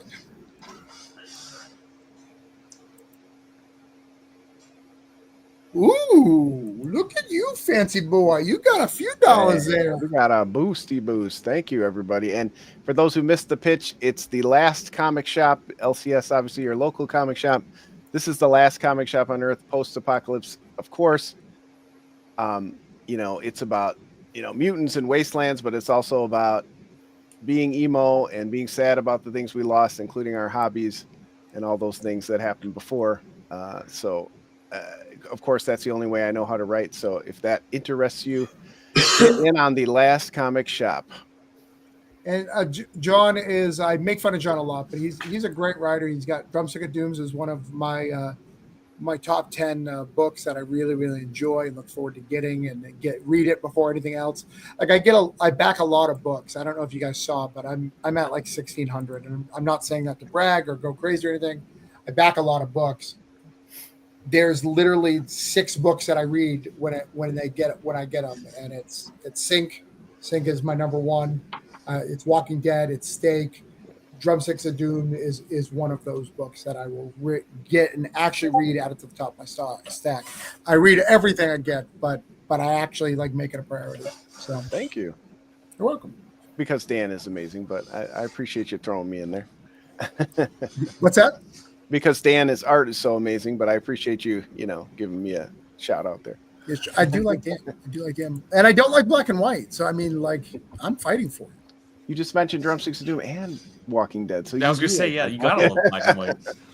I said Walking Dead. No, I meant White Ash. That's what I meant. Same thing. No, they're not Start with the same W. thing. I meant White Well, Ash. thank you, sir, and thank you, everybody. And I didn't mention one of the people who checked out just now, Steve. If you back at any level, even if we don't fund or fail, you get 4 free books, including a Monster Matador book. So I'll send them to you, even if we don't reach the goal. So that's how dedicated we are to getting these books out there. All right. Well, good night, John. Thank you. Take care, everybody.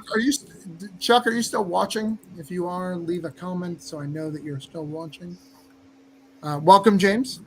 Greetings. Oh, hold on. Let me mark that mother effer off my list. Hi, James.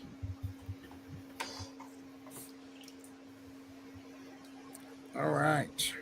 Oh, did you guys see it? Yeah, I'm watching it. Okay. All right. Next up is the Infernaut. I think, is that what it's called? Infernaut. Dude, I checked out that while I was in the waiting area. That book got little scary pieces. Yeah, it looks Nice. sick. It's $2,641. 109 backers. Let's see where it's at now.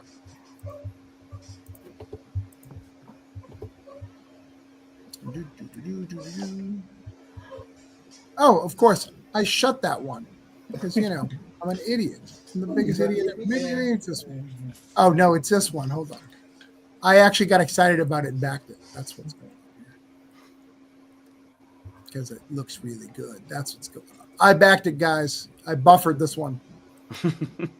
Thank you. It had Cthulhu and good art and complete graphic novel and everything I like. So you were at 109. You got to 1012. So you got a big boost here tonight, which is great. Over you, guys. 266, which sucks. So I can't do the 266. So if you backed, I'd like the 266 number there. Please just reduce your pledge to help us get there. It would be worth it for the 666. At least for the screenshot. You can put it back after. So let's share this out. You want to talk about it for a minute? Yeah, I'll say that I actually started as a fan of Infernaut. Mina was a friend of mine, and I picked up her book, and just like you were talking about Drumsticks of Doom, it became quickly a book that I really looked forward to. And I would pick it up from my local comic shop, even though she was a friend of mine, just because I wanted to support her that much. And I really loved the artwork, and it got to a point where I'm making my own books, and I'm working with Mina. She's doing an anthology with me, and I said, I would really just like to see more Infernaut. What can we do to get volume 2?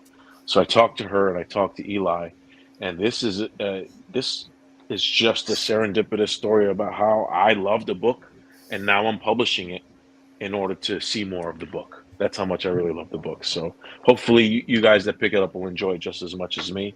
And for volume 2, I get to have a little bit of an influence on it too. So I'm looking forward to that. Nice. That's nice. No, it's a really cool book. I was really excited to back it. We'll see what we can do to get it there. It's doing well. I'm happy that we could bring some eyes to it and people got excited about it and backed it tonight. Thanks, Travis. No problem. I got your back. You can stick around. You can leave if you'd like. Whatever you would like to do. No offense. We have people. I can stick around for a few more minutes. I'd like to, see how everybody else is doing, but I do got to get to bed soon. Yeah, I feel. Let me get that link to John. Hold on. I've got too many windows open here. Dude, Eldritch horrors are scary, but I gotta say, I think I might be more scared of the guy in the chair surrounded by lights who looks terrified. Yeah, Chuck, I love that shot. I haven't seen you, Chuck, so I don't know if you're here or not. Let me just get the link to. He's probably checking out all the Dino love. Looking for that ding dong. I got to mention, I didn't get to talk about the dinosaur dong. And all I've been thinking about is how in the last, 10 years, science has told us that dinosaurs are covered in feathers. So I just picture a big dinosaur feathered dong. Right. Which is gross. Scientists, what do they know? That is my favorite part. Like Jurassic World, I don't love them, but that was my favorite line in Jurassic World with the scientists. They're like, they don't even look like this. This is what you want them to look like. My favorite line. All right. Let's get you off my thing. All right.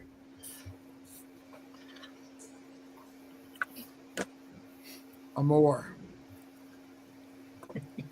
Aaron, what are we doing here, buddy? Let's get you up here. Let's see what's happening. We left you at Depressing. 72. I've gone down to 71. I can see that happening. Did you really? No, I was just joking. Oh my See God, your face. That might. Oh, geez, that would be such a mean prank to do that right after Travis says he gets credit for it. Don't do it on mine, people, please. All right. So you were still at 72, I think. Let me refresh. You're still at 72. I need to re-give my money for you. I forget because of how many times I've backed into the past and not got a book because of lack of funding. I lost count. So, but let's pitch it one more time to everyone. Amor Patris means father's love in Latin. It follows a local sheriff of a small town investigating a local disturbance at a farm. And what he finds is blood, death, and madness. And his investigation reveals that exorcisms are real and implicates the Vatican. So there's a lot to come. This is the second issue. It's a 10-issue arc. So yeah, lots of creepy shit to happen. So if you like black and white horror, this is definitely worth a look. Okay. So do you have any Dino Dong in it? Just out of curiosity. I can put it in the background if it helps. If it gets Sounds me like funded, it would. If I think it would. gets me funded, I will put a Dino Dong in there. I'm thrilled that caught on the way that it did, the Dino Dong. I feel like it should be presented like hey Scott. Hey, what's up? I feel it should be just like the Bat Dong, like he's getting dressed for his uniform and Exactly. casually. The word is tasteful. Yeah, Yeah, I cool. promise. If I get funded during this show, I will put a Dino Dong in there. I mean, I don't think tasteful Which- and dong which in the same dinosaur? sense is weird. Dealer's choice. Oh, Fred's like, I wanted the Dilophosaurus. Maybe worth $1,000 to me. Oh my goodness! You got to be careful the kind of backers you attract with that offer.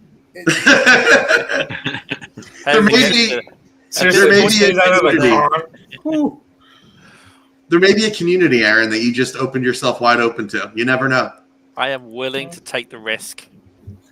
Take one for the team. All right, so let's go. We've talked about it. We shared it out. I think it's my yelling time, isn't it? I think it's my yelling time. I think that's where we're at. All right.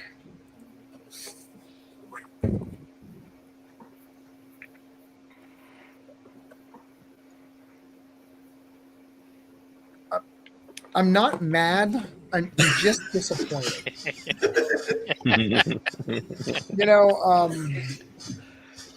I do a lot for the community. I have a Discord. I hire a lot of people through all my anthologies. I try to be a good spirit.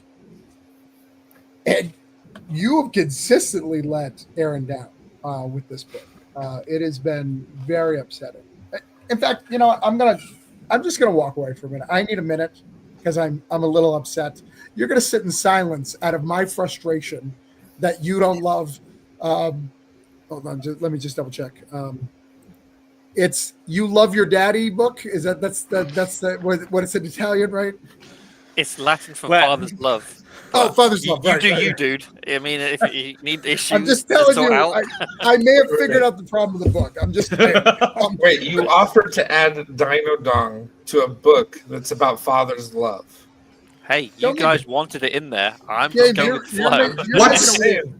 What's Latin for dinosaur love? I'm not even looking It's that like up. Burger King up in here. Have it your way. Apparently, we get Dino Dong and everything. I'm loving You're it. so niching down.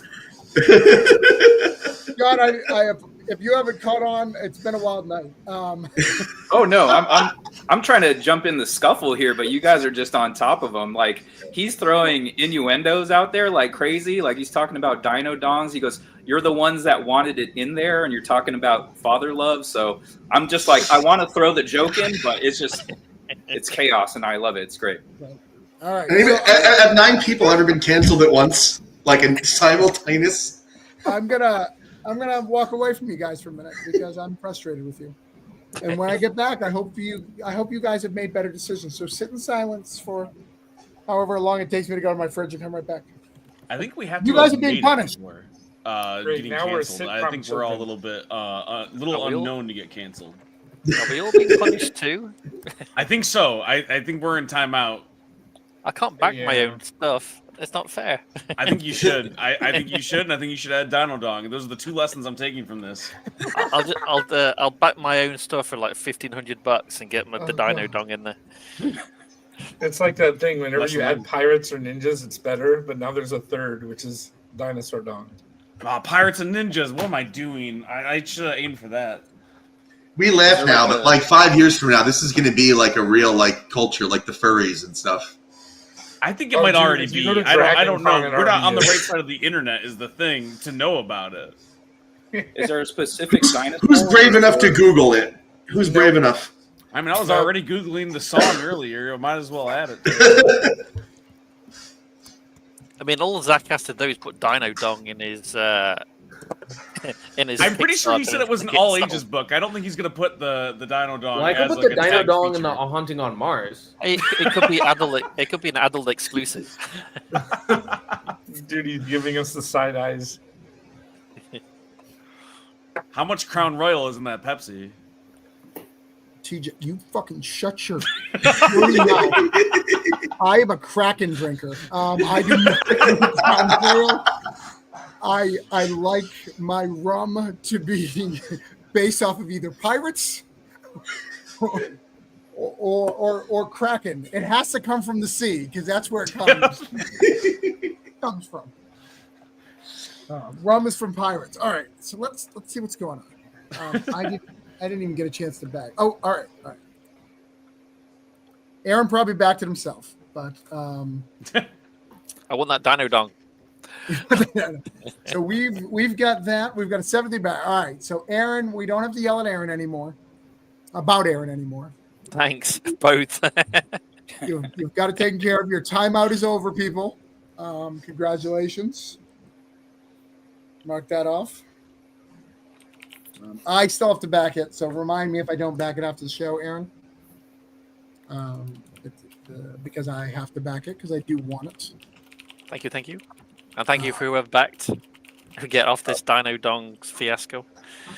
We're never Really? getting off But of what's it. put in that's- your- that's This is not the gonna train that we are on now. We all got tickets. We're all but you aboard. can't get We're not off getting of off it. of it. We're getting on it. Once you're on, you're on. God help us. Oh, John came back. John's here for the. Did you get booted? Yeah, I just lost service or signal, but I do gotta go. But before I go, I heard you say you like Kraken, and this is for everybody, whether you like Kraken or not. This is what you have to try. It's Kraken with Dr. Pepper and a little Fireball. It's spice on spice on spice. I've had it. Yeah, it's good. Freaking awesome! I call it a Kraken Lacken. All right. Thank you. All right, you guys. Good talking to you. All right. Take care. So now we need to all calm the F down for a minute because we're going to talk about a children's book. All right. Serious face. Good transition. All right. You guys need to calm the F down. I have children. I love my children. And Joe, just so you know, children's books are always hard to fund on this thing. They cause me the most amount of stress. And I can't even cheat because I backed your book a long time ago. Yeah, no, I appreciate it. There's 3 of y'all on the podcast tonight I backed. Shout out to Scott too. And, Yeah. and Zach. What up, Joe? So, But no, I mean, I appreciate whatever support we get, and it's just fun coming to talk to you guys. And I can't tell my wife what we talked about, but only partially. Dinosaurs and Yeah. Aaron And needed that's it. That's where I'm going to cut it off. Just dinosaurs. Don't cut off the dong. I knew somebody was going to catch that as soon as I said it. Hey. Children's book. Watch a link. Children's book. All But right.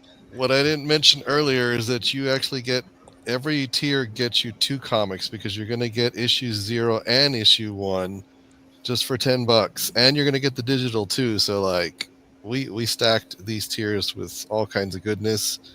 You know, it's all ages, but I learned a long time ago from the Justice League cartoon. The creators always said that it was for kids, but they didn't write it for kids. That's the way I kind of approach this. You know, where kids enjoy it, but adults will pick up on all the tabletop references and whatnot. So I truly try to make all the idea. She's got a great anime / Saturday morning cartoon look to her arts, and she's got to do both issue 0 and 1, and she's already prepped to do issue 2. So we're gonna have a lot of consistency there. So yeah, we're just putting all our best into this book. So All right, that's good. Well, let's see if we can get you a bet here. So we're at 73. We're trying to get you to 74. I don't yell as much about children's books, but I will if I need to. All right, let me refresh just to make sure that it hasn't happened. See if I got to get big again. Motherfucker. Guys, I have put a hat on tonight, and I've unleashed the Kraken. I mean, I'm a stormtrooper, so I'm bound to miss. But I could be a Death Trooper if you guys start behaving. All right, but currently I'm a stormtrooper because you guys are missing, and I don't want you to miss. I don't want you to miss out on this great opportunity to learn. This is his wife. This is Joe's wife is about in this book. If he fails, like, think about it. Like, he basically fails his wife and he gets a divorce. And you guys all caused it because you didn't give him a buck. I mean, that's really selfish on you guys, really. And I want you to back. I want you to throw some support. I need the Ron Burgundy meme. That escalated quickly. But we'll get you. TS, it's not time to talk nonsense. I know I had to send it over before I forgot because I'm going to fall asleep right after we get off this because I'm 100. I look young, but there's all gray hair underneath this. So I'm just prepping for nap time. Fair. All right. Fuck it. Just give him some money. All right. I don't need to stop. Just stop messing around. I don't need to do the story. Just give him some money, guys. Throw him some love. Joe is a great guy for the community. Links are in the back. We're going to come back. Joe, can you stick around for a little bit? You good? We'll come back to Joe. I have already messed up Mars. Zach's sitting there just looking lonely, going, I believe in you, Mars. It has a bad rep right now with Elon. Like, it's not your fault. It's just bad PR, man. Yeah. Not going the best. Katrina wants to know, give money to who? Katrina, we got to give money to. We got to give money. Here, I'll show you. Everybody. No. It's like I did it on purpose, just revealing my character. I did not. Kat, here, I need some help on this one. This is a children's book. You love children's book. You write children's book. It needs money. Look at it. It's so sad. It wants money. It's so sad. It's funded. It's like overfunded, and they'll give you like all 3 issues for $10. It's nothing. No big deal. Is that shipped too, Joe? No. That's not what shipping too. Oh, you gotta pay shipping. Don't be selfish. Kat's like, I already backed up people. Thank you, Kat. But no, we've got to give this money here, right here, and we got to give. Where's Mars? Tax here. Where is it? It's one of these friggin' windows. Gotta give Elon Musk some money. Yeah, he's running low. Have you seen Tesla stocks? Even the president can't sell it. We got it. Are you serious? You still haven't moved? What the hell is going on here? Okay. And this one needs money too. Why don't you like Mars? It's a tough sell. It is a tough sell, but it's not that tough a sell. Like it's got cyberpunk and stuff. He's ruined it. Elon has ruined Mars as a creative endeavor. Well, I'll give you some money, Zach. Let me give you some, because I'm embarrassed that Elon messed you up. I caught Elon praise. This could be my fault. I did compare you to Elon when we first started, so everyone's like, I don't trust that guy. Let's see what's going. And, all right, and Joe, we'll come back to you too. Oh, it's okay. TS got me. I wanted to say thank you. You're not supposed to say it. You're not supposed to say it, Joe. It's like a Secret Santa, man. Wait, we can talk about dongs all night, but we can't say thank you. Everybody's the whole point of the NDA. That's called the NDA. I can't talk about Scout, and I can't talk about who I backed on here. We all know the rules. Anything. Never talk about Fight Club. I gotta take my pledge back now. I'm going to take the quick win before he takes his pledge. I think Kat's going to back you too. She likes kid books. That'll get you 75. I'd feel good at 75. I went and backed Mars, but more of you guys should back Mars. Like, we need to get on that. So. Yeah, I got to take it from Joe and give it to Mars. Don't make me get fish on you. I know fish are friends. I'm friends with him too. Look at this, Joe. Look at this. Joe, I didn't realize I was big. I'm sorry. Look at that. You're moving on up. Nice. I get to update the little board icon that's at the bottom. Yeah. Nice. All right, and then Mars. Let's see where Mars is. See if anybody's messed up with Mars. I gotta share that out again, dude. I keep hold on. I keep closing that window. I don't know why. I'm part of the problem, not the solution. Aren't we all? I gave you some money for Mars. So you did get two backers tonight. Because you did get that one earlier. That was I got one like right as soon as you started. So but we're still going to share it out again because Mars deserves. We need Mars. We need more. And you got me a bunch of Dino Knights followers. So thank you. Did we get you to 150 yet? Close. No. 149. No, close. What they're saying? This is the horseshoes. All right. We got to move Haunted Mars. We'll move that off. Fisticuffs.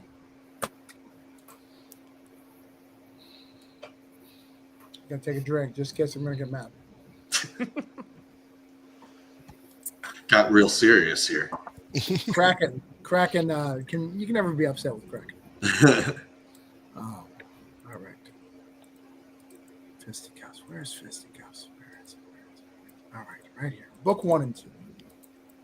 Let's see what we're at. Dude, we got you to 41 backers. So we got you 2 backers tonight. Right on. Sweet. That's great, man. Heck yeah. I'm a little disappointed that you couldn't hold off being funded till the show, but I didn't plan that. And are you ashamed? I mean, I've been ashamed several times tonight. Every time that when you have no idea how hard I took it when you walked away and made us feel bad. Like shit hurt, man. Very serious discussion. We all feel responsible, and that's why everybody was all quiet when you came back. Yeah, very, very guilty. Very. well, and Fred last night messaged me whether or not there was a show, and I didn't, and I watched him type several times trying to think about how to respond to it. Yeah, no, it was. I was totally like, how do I phrase this? Right. Get an answer, not seem weird, because that's did one I of my. I want to know, but I don't want to know. Yeah. I was just saying, nobody's been more helpful to me in this community than you. Like if I burn that bridge, I'm on an island, man. Island with dinosaurs. Dinosaurs. All right. So we got a Hellion left. We got Dino Knight. We got Upheaval. Then it's round 2 for James and Scott. All right. So let's bang through this. Hellion. Before we start this, I had a request for everybody here. Did you guys share it out like requested? Sean? Share it out. My phone's right here. Share it out. Fred? Fred? I tried to, but I couldn't get it to. Yeah, I'll work on it. Hey, I got it retweeted. Thank you, Zach. Joe? Joe's doing you it now. know, I can see you know, everybody. it's already on my list to share out. You know, I share out a bunch of projects. Aaron, Yeah, did you share it out? sure. You're a liar. You're a dirty liar. That did not sound believable at all. Not even a little. Gotta I bought share it out. I'm a poker face. Scott and James, I'm going to send a link to this book before I share it up here. To share it out, because what we're going to do is we're going to share it out before we make any mass reveals. Because our boy here is struggling. And Aaron, we're going to do the same thing for you next week if you're still in the bad. Oh, spot. I No, I will be shared this so still in the shitter next week. I believe in you, Aaron. You got I believe this. in you. No, I shared this. We can't both be failures. It's too much in this 9-panel layout. You know what I mean? Like, there's room for one guy to suck. We can't have it all being that. We got Dino Dong and one dude who's not good at this. That's enough. Oh, I don't think I'm good at this either. So add me to that. Unless I was the one dude. Fred. All right, can we also address this? We've got other grievances here. Mr. Marsman claims he doesn't like Elon, but follows me on Twitter. I'm just saying. Dude, your story is crumbling as we go. All right, so we'll go back to Hellions. So I want you, if you guys haven't shared it yet, what I want you to go is, please back this man. He's sad and pathetic. He needs that. Those are exact words. That is That'll an help get elevator him some pitch. money. I think that'll get him to where he needs to go. That's exactly how I proposed to my wife. I'm like, I'm sad and pathetic. Please just give me Okay, a shot. I need to skeet the kid. He tries to sleep, and I should sleep. I have 2 basketball games about 7. Did you share it out, Kat? That TS is sad and pathetic and needs pledges. He's literally writing power fantasies about being mean to children. That's where he's at in life. James and Scott, we should do a crossover with Father's Love. It sounds like there's some similarities. I'm gonna go right now. I'm going. Aaron, you're embarrassing to all of us. All right, let's check out this Dino Night thing. I have not hit notify, so it's at 150. So that is off on the list. That's an easy one. And I hear we have the Dino Night song. Somebody has the link somewhere? I do. It's in the private chat. I don't know if I can share it. I've never tried to do Instagram via the computer. Let's learn today. It's clunky. If we don't already all sound like, middle-aged dads, I'd never know how to share the Instagram on the computer. Might be the one thing that sends us over the hill. Might be. No, we went over the hill when we started talking about Dino Dong. I thought that was under the radar. That brought us together. No, that was very subtle, James. I don't think anybody knew what we were talking about, so it's fine. So let's see. Can you guys hear it? Back from the end of time. Dino Night, the movie waiting in line. Dino Night, Critical Role. Dino Night, Ultra Combo. We fight by the code of the round table, both past and far future. Wizard swords and time travel, it's totally tubular. Saving the universe. Dino Night, the back from the end of time. Dino Night, the movie waiting in line. Dino Night, Critical Role. Dino Night, Ultra Combo. Let's go, Dino Nights. I love that. That was awesome. Yeah, that was It's awesome. pretty awesome. Thing I heard. Thank you. Sweet. The band is tagged in that post. So if you ever want like a theme song for your Kickstarter, they're very affordable, surprisingly affordable. So Nice. Yeah, that was sick, dude. Did you do Do the they animation only yourself for the no, for the image? I can send that person's information. That was like a student that was like looking for gigs. Also, surprisingly affordable. Yeah, usually I students have their will cut you the Instagram deal for or sure. their Twitter account that I can DM you. Right on. I have to find it. Just do you have a write-in tier for the guy with the flannel around his waist? Because I identify with him, so I'm willing to do a 4 to 10 pager, maybe a solo one shot. Yeah, so that's Percy, and he's like he's kind of the main character. He's like the character that you wish was the main character. He's the narrator, and he like is the friend that like is kind of annoying and won't shut up and is like constantly dropping like pop culture references at the wrong moment. And that's actually like the narrator. So, you know, if you're into that kind of thing, yeah. If you can't, It's kind of like Travis all over, isn't it? Annoying and everything about me. It's me. I should be writing that. All right. Scott left us. He was so embarrassed by that comment. Hold on. Before Scott comes back, he likes basketball. Like, you can't trust a sports guy in a geek world. Like, what is happening, Scott? That is shady as hell. Sorry, guys. I had to go grab.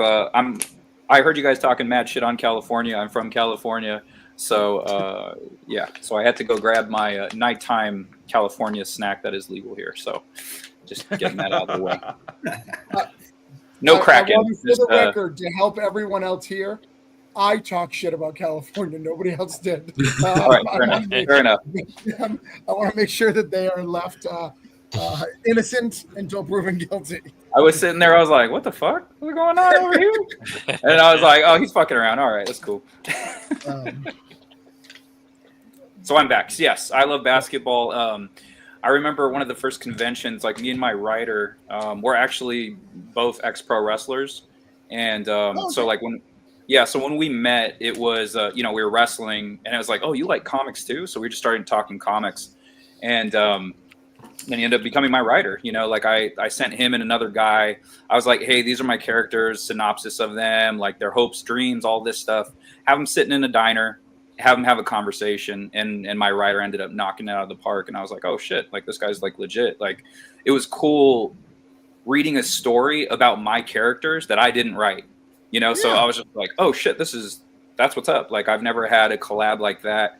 And then I do a podcast. It's called the Making Comics Podcast. So one of our very first shows, we were seated next to the guy that I do the show with, Keith Foster, and we're like sports guys and comic guys, which is kind of like a rare combo. It's like not very common. So it was weird that we got sat next to him, and like he liked all the same shit we did. He liked basketball, he liked sports, or he liked like Bruce Lee, hip hop, like just whatever, like we're all kind of into the same stuff. And I was like, "Oh man, this is cool." And like it's pretty rare when you meet people like that. So yeah, I get it. You see the basketballs behind me, and you're like, "What?" It doesn't add up. No problem. All right, so TS, That's you're on me. my list here. You're at 60 backers, 1,679.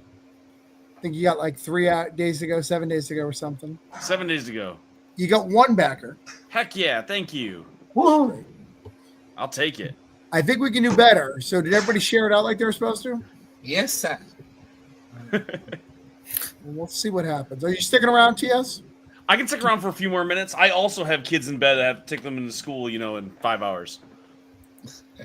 Okay. First off, my kids are on spring break, so therefore everyone else's kids are on spring Must be nice. That just starts tomorrow. So like you have no excuse. Just don't take them tomorrow and let them know that Travis Gibb in Florida, his kids are They would worship you. and it'll be fine. But tell us about this book again and why you didn't make the dinosaur bigger. I made the dinosaur big on the first one, and it was my mistake not to make it again on the second issue Kickstarter. That so word that's why. Previously is bigger than like the dinosaur. You nailed me on it. I can't. I have no defense. You're totally correct. It totally is this time around. He's The huge word in the story first is issue. like twice the size. I made sure that the new pages were as big. And partly it's because most of this was returning people. I didn't think I'd get any new backers, honestly. So that's why I did that. But if you like superhero books like Invincible or Batman and Robin, you're going to like Hellion and Bash. It's a good time. I have some amazing art by Marcus Pedro. And like I said, if you like to eat your vegetables and you want to learn a lesson and you watch Batman be bad and get beat up by Superman and all these other supervillains, you're going to enjoy reading Hellion and Bash. And it's way better than it seems because I know I look like a goober. I write better than I talk, so you're gonna enjoy it. And it funded so fast the first time around, I was able to get a publisher's help. So if you're like, oh, I don't want to support this indie guy, professional people in suits gave me money to make this, so that should be enough, right? He was no Elon Musk. I can't be going to Mars, but some people definitely wanted to see me make this book. What's your shipping here? I think $6. $6. Oh. I'll tell you what, I will even up my pledge because I have the 2 digital. Well, because digital people are bitches, like I said earlier. I appreciate that, man. Thank you. I'll make it better here, and we'll see if we can get. I mean, it's not unless you do some major things, we've got to get you to fund. So we got to help. Yeah. I got podcasts lined up for the next 7 days. I stream for about 9 hours a day, so hopefully we'll get there. We'll see how it goes. Well, we'll be here next Thursday as well. You're more than welcome back. Heck yeah, I'll be here. And I'll see you there. Get you where you need to go. We'll go down together. we're like the band on the Titanic. This guy is a liar. He lies tremendously. I knew it when he said that he has a guy in suit giving him money. Like I knew that was a lie. It's $7 for shipping, guys. So he is lying to you. Like he's a con man. It depends on which tier. If you get 2 books, it's got to be $7. But I think if you got one of them, yeah, I need the physical. I didn't buy the book the first time. Oh, I got. And so one really, one has a dinosaur and the one first time doesn't. around. One has a dinosaur and one doesn't. That's all I'm saying. The first issue had a bigger dinosaur. Wait, both issues have a dinosaur? Oh yeah, of course. Oh. Is it a recurring dinosaur? It is a Same recurring dinosaur. His name is the Pterodactyl, and he was just a dude who signed up for some normal medical testing to get an extra cash. And of course, the supervillains get involved. He gets turned into a giant pterodactyl who targets things that are expensive, and he attacks the city. He doesn't mean to. He doesn't want to. And that's when our supervillain, our super thief Bash, decides to rob the city blind because the Justice League is busy. They're fighting a giant dinosaur who doesn't want to be there, and that's what sets the entire dinosaur story. Named the Pterodactyl. The Pterodactyl. Did not lead with the Pterodactyl. It is the first thing you see in issue 1. The I knew where it was. He's also on all the stickers. And did you lose can you go in your back thing? Did you lose a pledge while I was pledging? It looked like I did for a second, but it's back to 62 now. All right, because I'm still at 60 here, so I'm serious. Yeah, I watched it too. You missed the panic. That's why I started talking faster. As I watched it drop to 60, I was like, man, I'm that bad at pitching this. Trying to fight the crying? Yeah, exactly. Well, listen, the crying's going to happen. I'll just wait till I get offline. Well, back to tears. All right.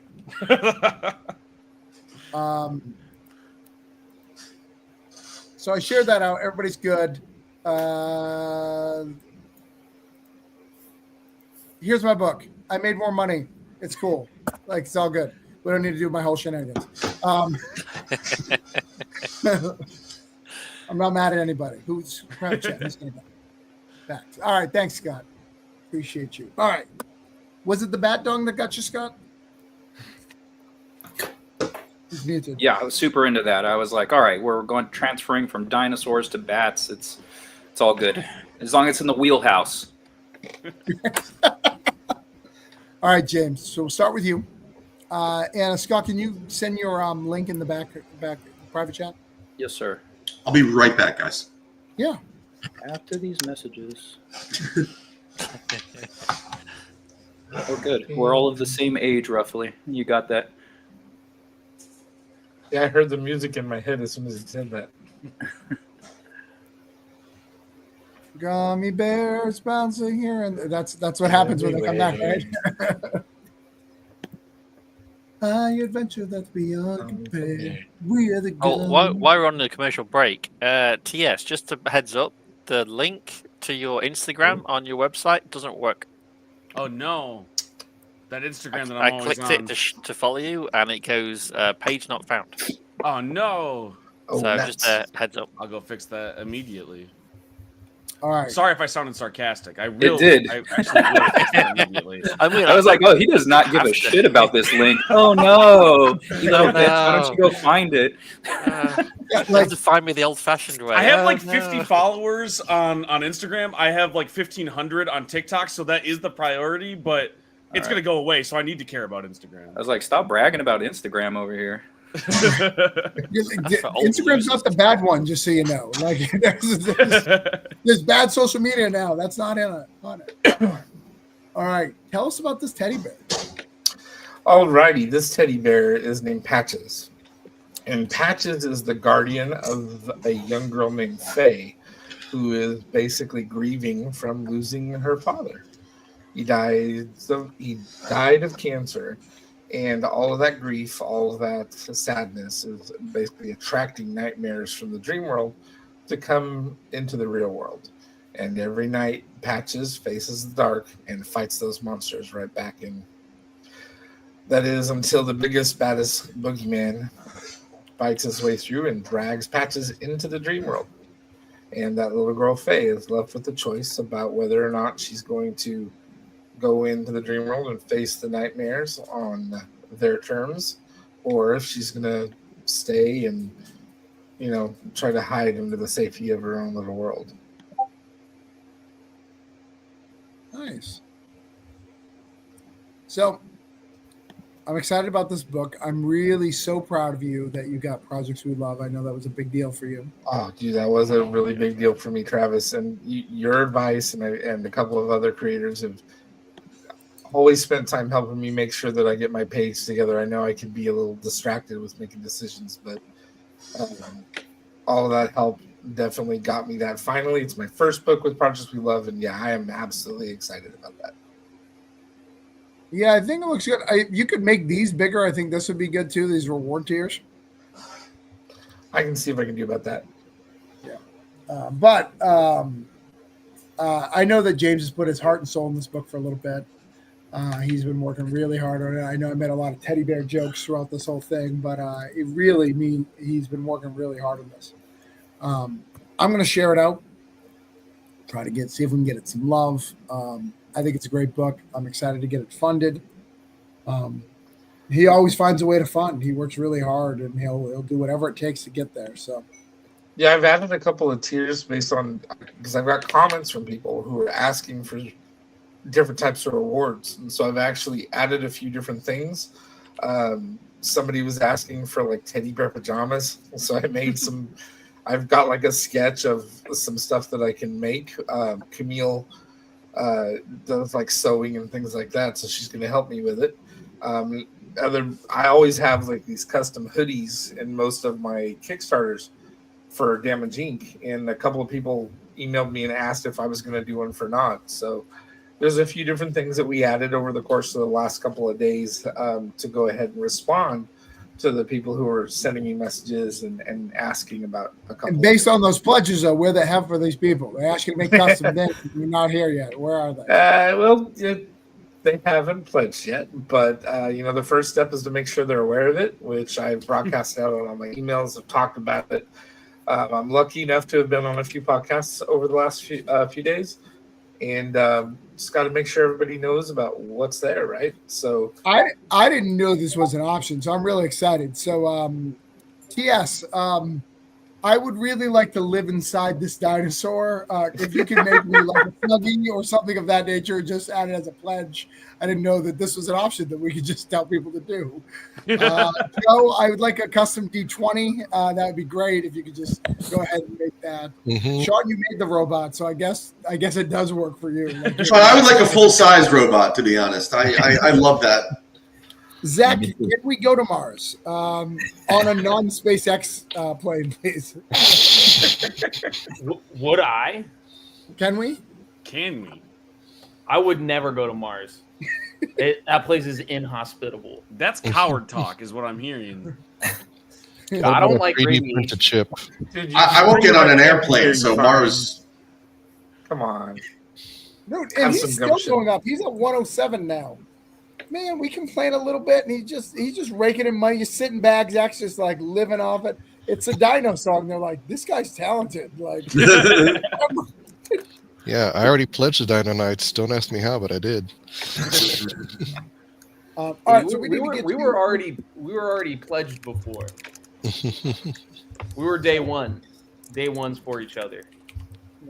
All right, so we need to get you to where you need to go. I see some more pledges coming all around on all these things. Where are you? Where is your teddy bear book? All right, it's right here. All right, you're at 42 backers. Yep. 1,491. I'm going to try to get you to 43. Ooh. I've shared it out. We're going to try to get you to 1,500. What are we trying to get to fund this? 240. Why 247? Just because? No, I was just making sure my math was tight. I just didn't round up to a number. All right. So you did you did the math. All right. I didn't know if the number meant something to you or whatever. No, nothing like that part. I just was. It's because it's the first book in the series. I wasn't trying to like shoot for the moon. I just wanted to make sure that I could take care of all the different awards and make sure that I had planned it out. And honestly, I tend to get more detail than I need to when I analyze things. So maybe I could have rounded that number up. Never apologize for knowing how to do math. That's why I write comic books, because I can't do math. So like that's awesome. Guys, can you guys make sure you read the comments? Next up, we've got Scott's book. Scott did an anthology. I did. Now, Scott, we've talked a couple of times. You've talked to me. I remember we talked about. I remember you and I had a real long talk, and I apologize, but I don't remember what it was 100% about. Can you remind Me neither. It was one of we the. talked for like a long time. Yeah, we definitely had a back and forth. I sent you a message. I was coming back from the gym or from basketball, and I was like, "All right, I need to find the link, do whatever." And then I was like, "Have we talked before, like individually?" And then I saw the giant back and forth. So yeah, I don't remember. I'm sure it was. Oh, I think I know what it was. It was based. You worked with a publisher. Things didn't go great. Yeah. Not much tonight, so that's interesting. Yeah. I wanted to know you had mentioned something in the community chat, and I was like, "What's that? I'd like to know this." And then we started messaging back and forth about that. So yeah. I don't know what you're talking about. I have an NDA. So does Zach. I don't know. I don't know what I'm talking about. I think. Where are we? So does it, John, who's not here. Apparently, this has never come up before. Believe it or not. Jesus. Oh, time's up. Yeah, well, that's the end of that chat. So we have to switch subjects. That's what the alarm is for. All right. Yeah. So this is the Accidental Alien Anthology. So I'm part of a local studio in San Diego. We're called the Accidental Aliens. It was kind of a goof name. It came up in the chat, and like we would change, you have the thumbs up or whatever, and we would just kind of change it. And so anytime somebody did something cool or funny or whatever, you would put. We had an alien head, and so we'd put the alien head. And someone said some like sad news, and someone accidentally hit the alien head, and they're sorry, that was an accidental alien, and so that's kind of how we came up with the studio name. But we all met at a local convention here in San Diego. It's called San Diego Comic Fest. It's kind of like a throwback convention. The people that created San Diego Comic Con, they created that convention. And I met a lot of my studio mates there. So we put anthologies together every year. And this year's is Dreams. So you throw the prompt out there like, hey, it's about dreams. You can interpret that however you want and go from there. So we had 5 stories that were completed. And I liked each one. Everyone is very different from the other. That's my story right here, Granite. And I did it in a kind of like Ian Bertram-esque style, mixed with a couple of other artists, Little Raphael Grompa and some of the other pages, and Chris Burnham. And it's not my normal style, but when I do the anthologies, I kind of like to switch it up. And it's always a good time for artists to kind of mess around with other styles and just kind of see how that works, and expand your, your artist palette. Like you learn how to do things like last year I did a Mike Mignola-esque style. And so studying him for like months on end and then applying it to my work, you really learn some tricks that you just grasp things that you didn't even think about before. And this one wasn't any different. It was definitely a more cartoony style than I usually do. I kind of do like a standard American style comic, a little manga influenced, but yeah, this was way different. So yeah, this one has 5 different stories, and we got a ton of different options there for tiers. Yeah, we got the Hound Wake, really cool. I don't know. I think I've worked with this guy before. Oh, okay. Okay. Enrique. If you've been around for a bit, he's not actually active because he's had a lot of health issues. But Dave Jackson for a while was everywhere.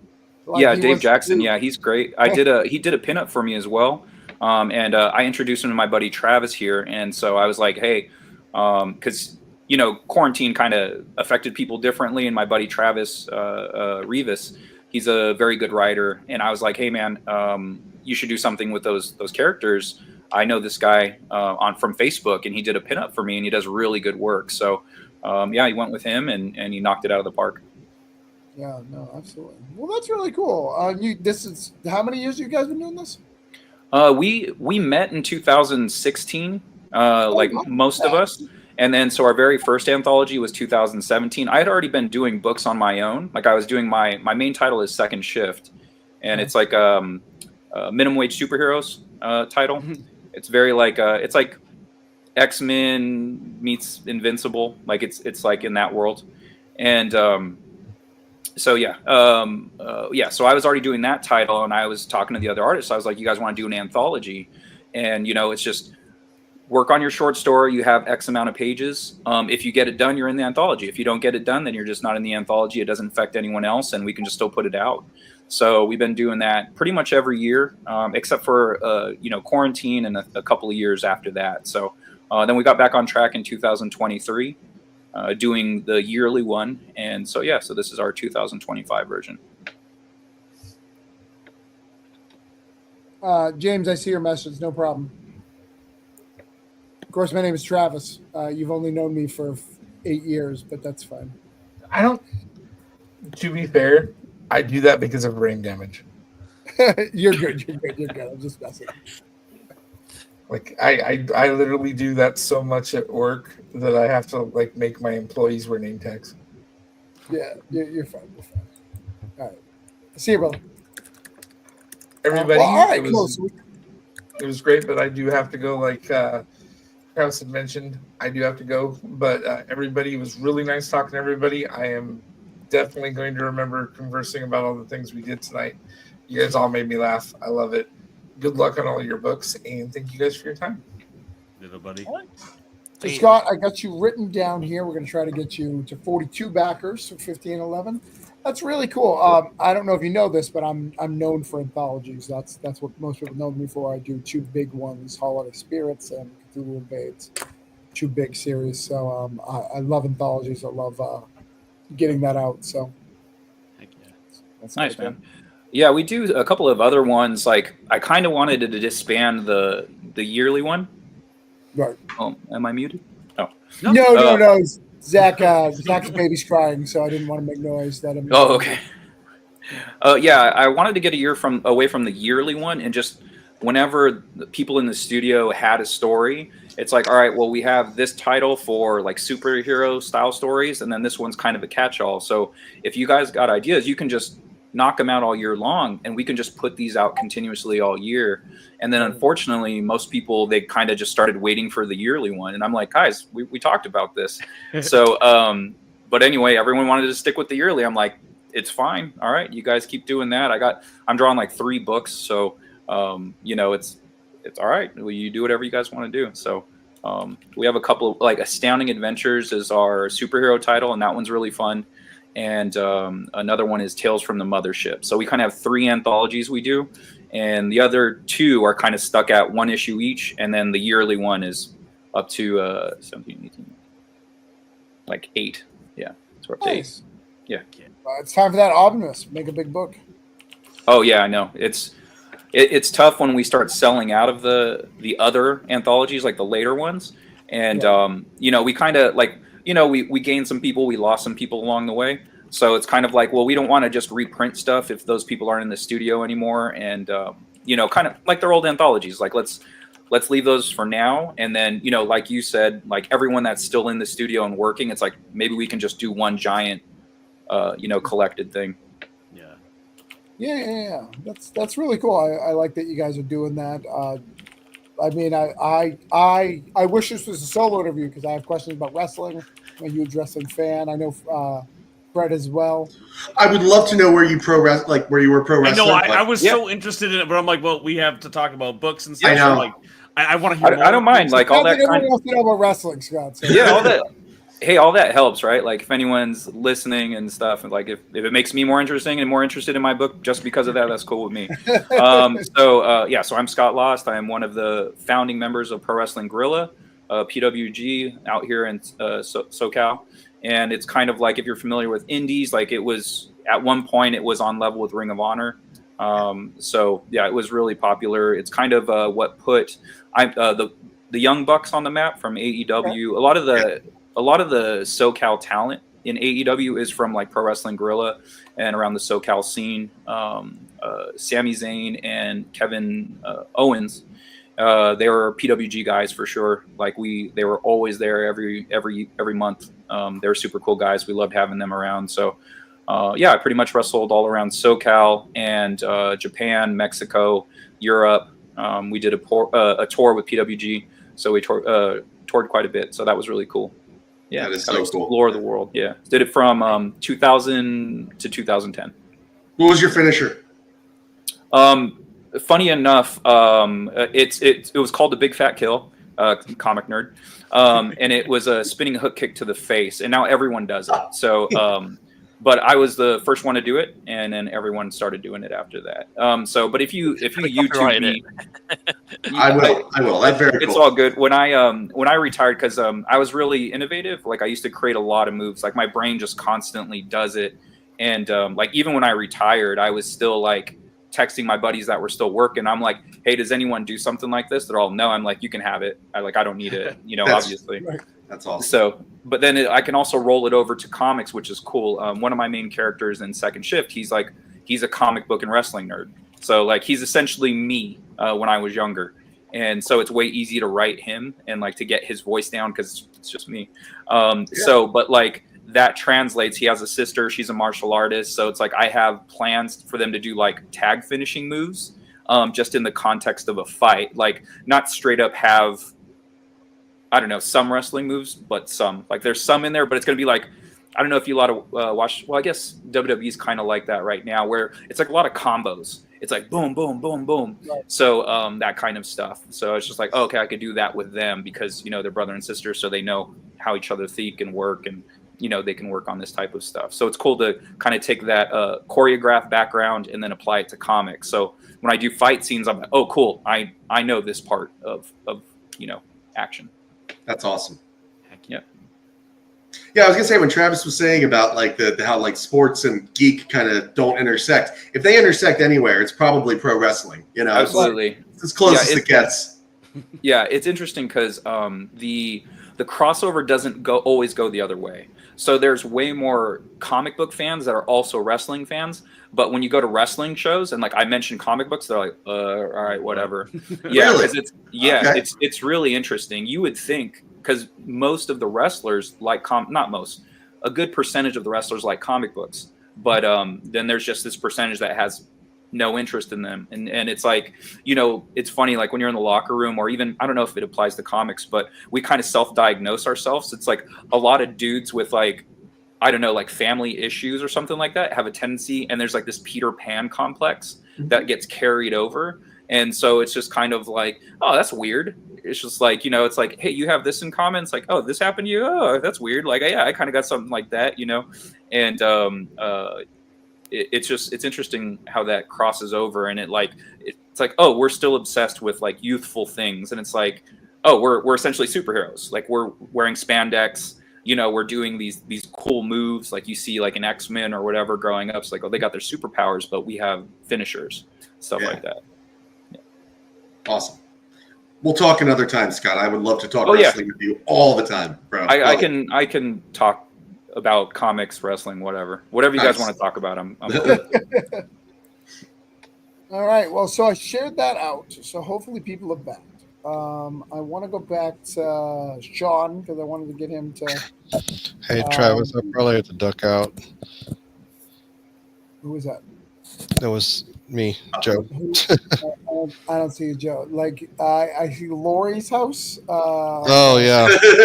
Okay, I'm sorry. Lori's yelling at me. She wants me to get out of her house. She's Right. like, "You've already been on my Well, show." I 3 mean, it's times really this weird to month." just go to somebody's house just a Yeah. podcast.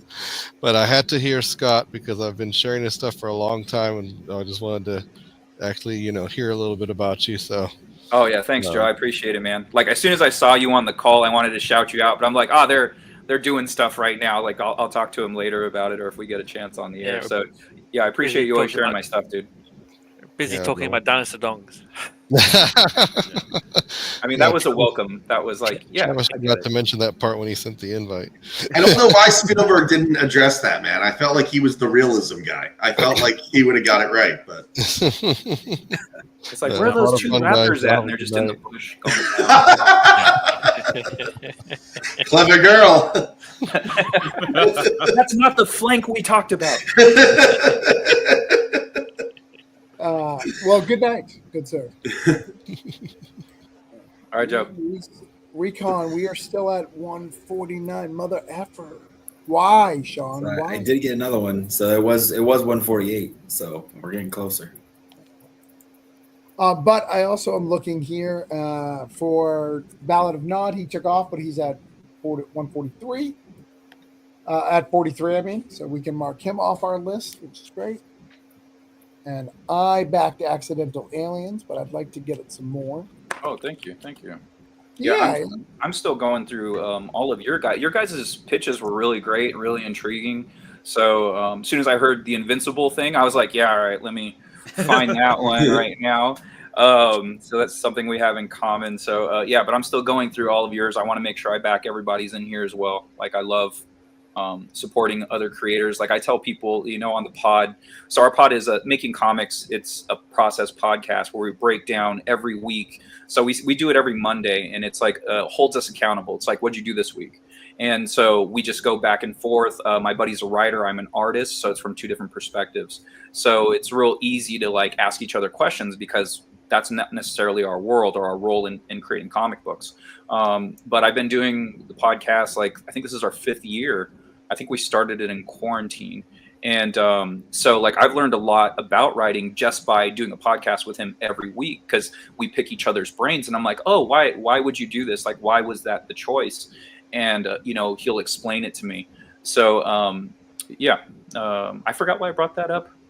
Exactly. I don't know, but you got to send me a link to the podcast. Yeah, I'd like to see that, please. Yeah, it's Making Comics. Real easy to find. It has like a white album, and it says Making Comics on it. So anywhere you listen to podcasts, like go ahead and listen to that. And so there was definitely a reason why I brought that up. But 10 years of pro wrestling, just things fly out the brain. No, it's fine, dude. I say that like, so I spent about an hour with Mick Foley by myself when I was 19, which was really crazy. When he was still wrestling. I was working at Universal Studios, and I was running. Have you guys been to the Florida Universal? Well, I guess California's the same one. There's a spot where you go down. It's kind of like a kiddie area, and they hatch eggs all day. They hatch eggs, and I was an egg hatcher. Like I would do the little thing. Oh, look, the raptor's hatching. Oh, look at it. And Mick Foley came in, and I just sat and talked to him, and we had like a crazy conversation. And like it was funny because because I've seen him in interviews where he loses track, but like when he's like hyper focused on something, he can tell you. So I told him I was from New Hampshire, and he literally told me every story about him in New Hampshire. Laid him out like crazy. Yeah, it's like putting a quarter in us. Like you you say one thing and it'll trigger something, and we'll kind of go and go and go. And Yep. so I don't know how I got on the making comics thing, but I did. But one of the cool things about it is, you know, you look at his wife. His wife is absolutely gorgeous. I've never seen her. She's absolutely Yes. gorgeous. I when I saw her, I was like, what? How did You're like, you were in it for the money, but that woman loves that man. Like, no, she was with him when he was poor. So yeah. It's insane. That's where the what came in. It's like when you see a hot woman with Elon Musk, you get it. He has money. Right. But like when I heard about Mick Foley and I heard his story and stuff like that, and they showed, like his wife, she was with him since he was poor, and I'm like, this doesn't make sense. I was like, why is she like, but he's got a dino dong. That's what it was. It was a cactus dong at the time. So full arm. I've got to stop. I really do. You're just obsessed with it. It's really concerning, actually. I am. I'm basically confusing myself, and I need therapy. I don't think you're confused. I think you figured it out. How many of us in here have a dinosaur book? Because I also have a dinosaur book. I have a dinosaur in my book. Dinosaurs. And I have pro wrestling. Actually. 4 out of 6. Oh, okay. 4 out of 6 of us have dinosaurs in our books. That's pretty well. But mine are not anatomically correct yet. Yeah, I might go back and fix that. Mine are anthropomorphic. So yeah, they walk and talk. So TS asked, I wanna wrap it up. Everybody's got their numbers. I want to wrap it up, but anybody wants to stick around for the next half hour, we can go over some books, some ideas, some advice on your campaigns. Yeah. Next week we are launching it. We're going to do this again. If you're not funded, you're 100% on the show. If you are funded, you just got to wait to see if there's a room for you. So do you guys want to stick around for a little bit? Yeah, I would appreciate it. All right. You want to go over your stuff, TS? What's going on? Yeah, please. Yeah, tear it down. It's not tearing it down. It's just trying to make it better. And I mean, mine's not even funded right now, but superheroes. So first off, superheroes are tough. They're the toughest genre on Kickstarter, hands down. Let me go back. Reason why is the majority, and this is not an offense to you, TS. It's the way you're describing it. It's like, I want to see a more violent Batman. I want to redo this. Like, so I want to do Superman, but he's dark. I want to do this. And we've seen it. Like, it's seen it. So there's a lot of that in the community. The other problem with superheroes is the Black community, I'm not trying to say it to be racist, they really have never felt like they own their own superheroes. So if you look at the black creators, the majority of them have superhero characters. And when I've talked to them over the last few years, it's because they've felt that none of them have ever really related to them. They've got some of them like Cyborg, or some of them like, Dr. Midnight, or they like Blade or Black Panther, but like they're always trying to, like, I need my Superman, I need this and that. So you get a lot in that genre. So the market is always flooding, and it doesn't. And again, look at comic stores. Very few people go beyond, like, an Invincible is a rare thing, or Boys is a rare thing, and they only work because they're edgy, right? Like a normal, I just want to do a superhero book, that shit's not going to fly, right? like you create your new green Martian Quinn or whatever, it's Dino Dong, as Aaron's starting to work on right now. He's writing his Dino Dong. So I'll send the NDAs later. That was like a big pushback of why I wasn't pitching this one. I've done a lot of other books that actually got picked up. This one was just, they were looking for a superhero book, so I had pitched one that I had sitting there. What publisher is it? Professional Entropy. That's the publisher. They were kind of a brand new one. A buddy of mine had started a publisher with a friend, so it was like a friend of a friend kind of thing. And they liked Tokyo Fire, which was my first success. I did that over on Zoop, and that one did really well. We raised like $3,000 on it. It was like our first like coming out party into it. That got me into the room with a lot of the smaller publishers like Scout and stuff like that. And so when I was pitching stuff, they wanted to buy Tokyo Fire. They said, "What else do you have? Do you have anything like superheroes?" So that was the one, And like I knew going in that there'd be a lot of competition. I knew I didn't have the fan base necessarily to hit those large numbers. But when they offer you to do an ongoing book and you only have 2 other publishers working with you, you say yes. You know what I mean? So the other thing, to do Kickstarter, not Zoom, but to do Kickstarter, you need to play the variant cover game, and you chose them. Yeah, and I didn't do that because I had such a hard time selling them when I was on Zoop, and I didn't really think of that over here. Right. So in the Kickstarter is a collector's market. So a lot of people come to Kickstarter, they do a collector's market. So anybody who doesn't have a variant cover, you are kind of hurting yourself because people will do it. And what you're doing to yourself a lot of times is you're telling them the amount of money you want them to spend on you if you don't have variant covers, right? Because they want the thing, you know. So if you don't give them options on the thing, they're just going to buy the thing and move, you know, and go on. So I think that's a big deal. The other thing is this is something that Kickstarter does that not a lot of people know. See right here where you have the Helen and Bash issue 1 and 2. Mm-hmm. You have a bunch more characters you can write. So you could write Action or Batman or Sidekick. You could write more information to help people choose your stuff because this image isn't bad. But again, this image, like you have your name, you have all this stuff that people, if you'll notice on my superhero, not that I'm doing crazy big numbers, but some of my books have done crazy big numbers. So sure. As you see, I don't even have a logo on mine. I just have the character. Right, because you don't need any of that. You're trying to sell the thing. You want them to go through names, and those are for us. Those aren't for the people. And as you see, I got 4 variant covers. Right, I'm ready to go. I always recommend 4 per campaign. Yeah, at least 3 per campaign. And I think a lot of it was just like print numbers wise. Like we try to print, as many as we can, get that cost down. I print with color vision when they usually do pretty good if you do high enough numbers. So it was just like if you're doing another print, like, a variant cover, that's just jacking the price up of what you need to, get printed. Color Vision, actually, that's great. I use them too. They're fantastic. They actually do give you I don't know, they might have not done it before, but they do it now. They actually give you a break on variants. Oh, so okay, yeah. I didn't know that either, and so I went back to them for something, and I was like, "Hey, how much would this run?" And then so it's like, since it's the same guts, like they'll bump you up a little bit. So like, pick a number like $2 a issue.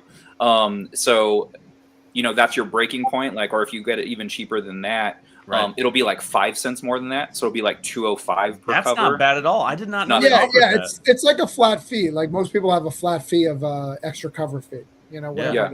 Because I did a reprint of 1, and it was like one price, and then I did the issue 4 that had 4 variants, and I was like, wait, why is this one a little bit more? And then I realized, it's because they're charging me just per variant. That's all they're doing. So, but it was like nothing. Like I said, 5 cents, not a big deal. Yeah, no, that's awesome. Thank you. Yeah, for sure. Yeah, I think that's a big deal on campaigns because you're basically saying, hey, someone wants to impress you, and I'm not saying that weird. They want to be like, hey, I want to give you something a little extra. Right, and you're giving them those options by getting variants, And the other positive variance is if the secret to variants on Kickstarter is this. I could hire Jim Lee. I'm just using him as an example. I actually can't hire Jim Lee, but I could hire Jim Lee. But if Jim Lee never talks about it, it doesn't mean a goddamn thing. Right. There's people on Kickstarter who if you get a variant cover from them, you're guaranteed 10 or 20 or sales. And you can just see that consistently. Those are the people you get. And they're going to be way cheaper. So you don't have to buy a pro. I made the mistake of the only reason to buy a pro is because you really need that pro cover because of whatever reason. But because it doesn't really help you because they don't care. And it's not because they just don't care about Kickstarter. They're so in the other world that they just don't care about it, Right. So there's a list of people that you can get from that who, if you do a cover, you're guaranteed to make your money back at least. Yeah, a lot of the pros, like I love hiring old Wildstorm guys because like I loved Wildstorm growing up. So I have a bunch of variants from those guys, and I never make my money back. But but I do like broker the deal of like I own the original art, and so for me it's like I own the original art. I like, who cares? Like, so yeah, that's kind of the weird part of you hire a pro and it has to be for a reason. It's because I like to own the art. So Well, the other thing, you can make money on pros if you do a lot of cons. Right. Because that's the flip side. If you know they go to a lot of cons, you can sell it at a con because someone's looking for that art. They may have just got a whole bunch signed for it and they walk by your booth. They're like, oh, you have a Will Passation? Oh, cool. Let me get that as well and get it signed with my stuff. Yeah. So you'll get there. You can sell it. It's just not on Kickstarter. yeah, I had a Brett Booth cover, and a girl was obsessed with him. She's like, "Wait, you have a Brett Booth cover?" I was like, "Yeah." And then so she was like, "How much is it? I need it. I need it in my collection." Like, she was very specific. I was like, "Right on. I love this stuff too." That's rad. You're gonna ask a question, Fred? You said about like a list or something of like people that you think that. Yeah, it's like a list in my head. It's not like a document. Like No, I was just wondering if there was like a resource or a place like or like I'm still new to this and trying to find out like.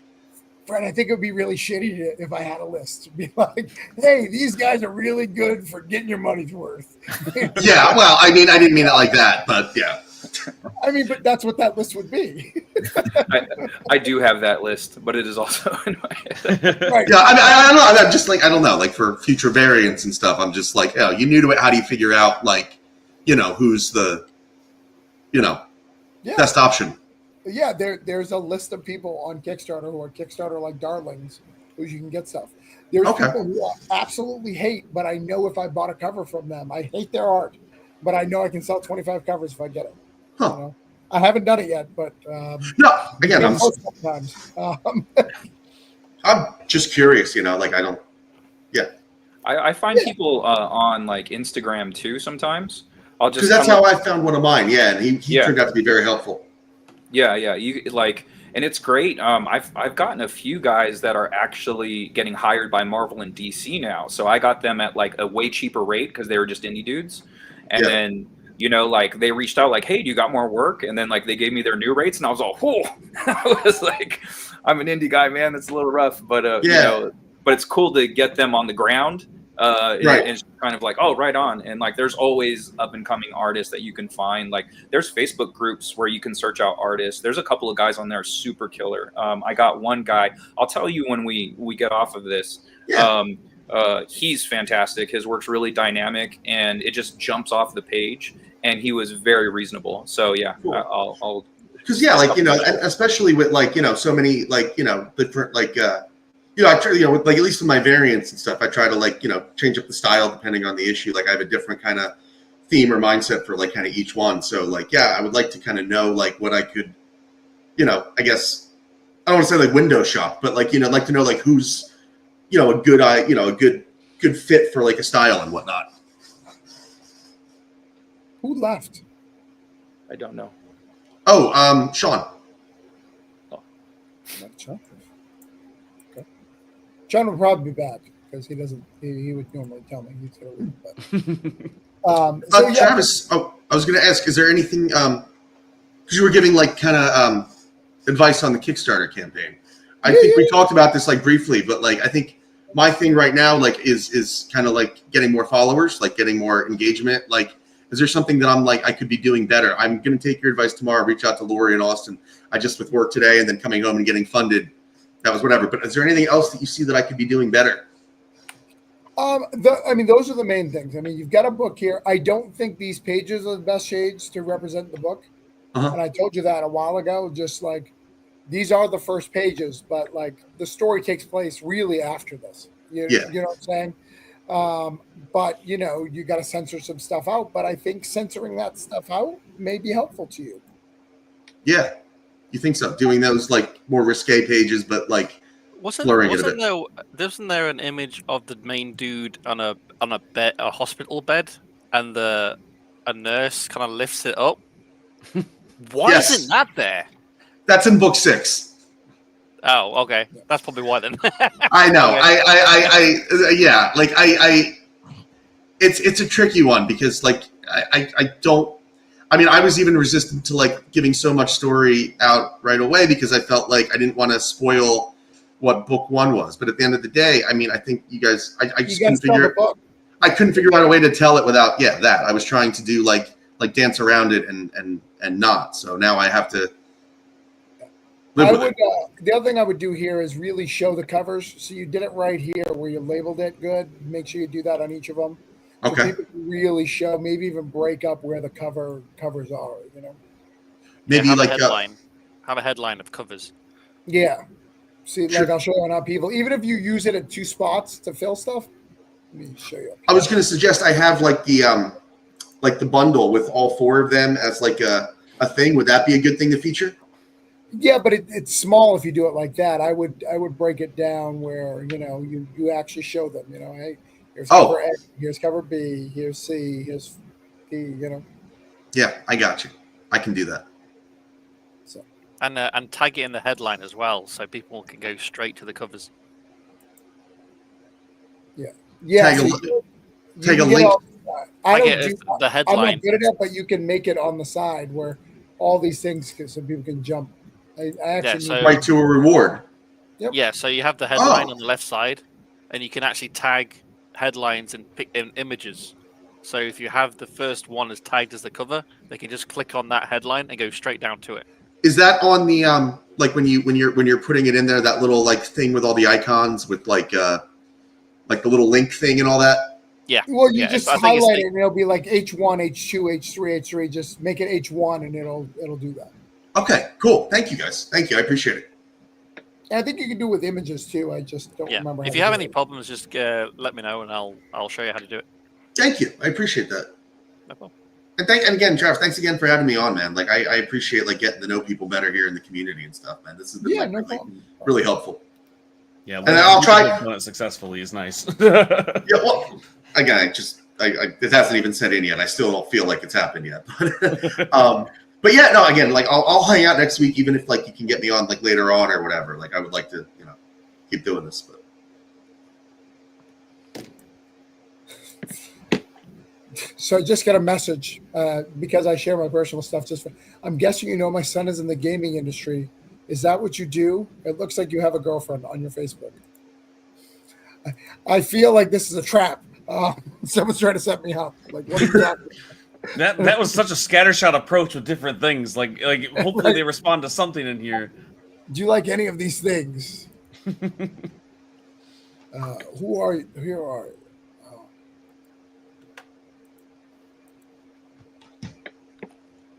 you? Okay.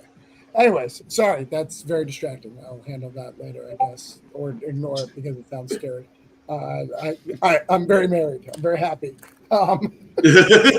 Very married is a great way to very married, very extra married. All the married in my life. I'm very happy with it.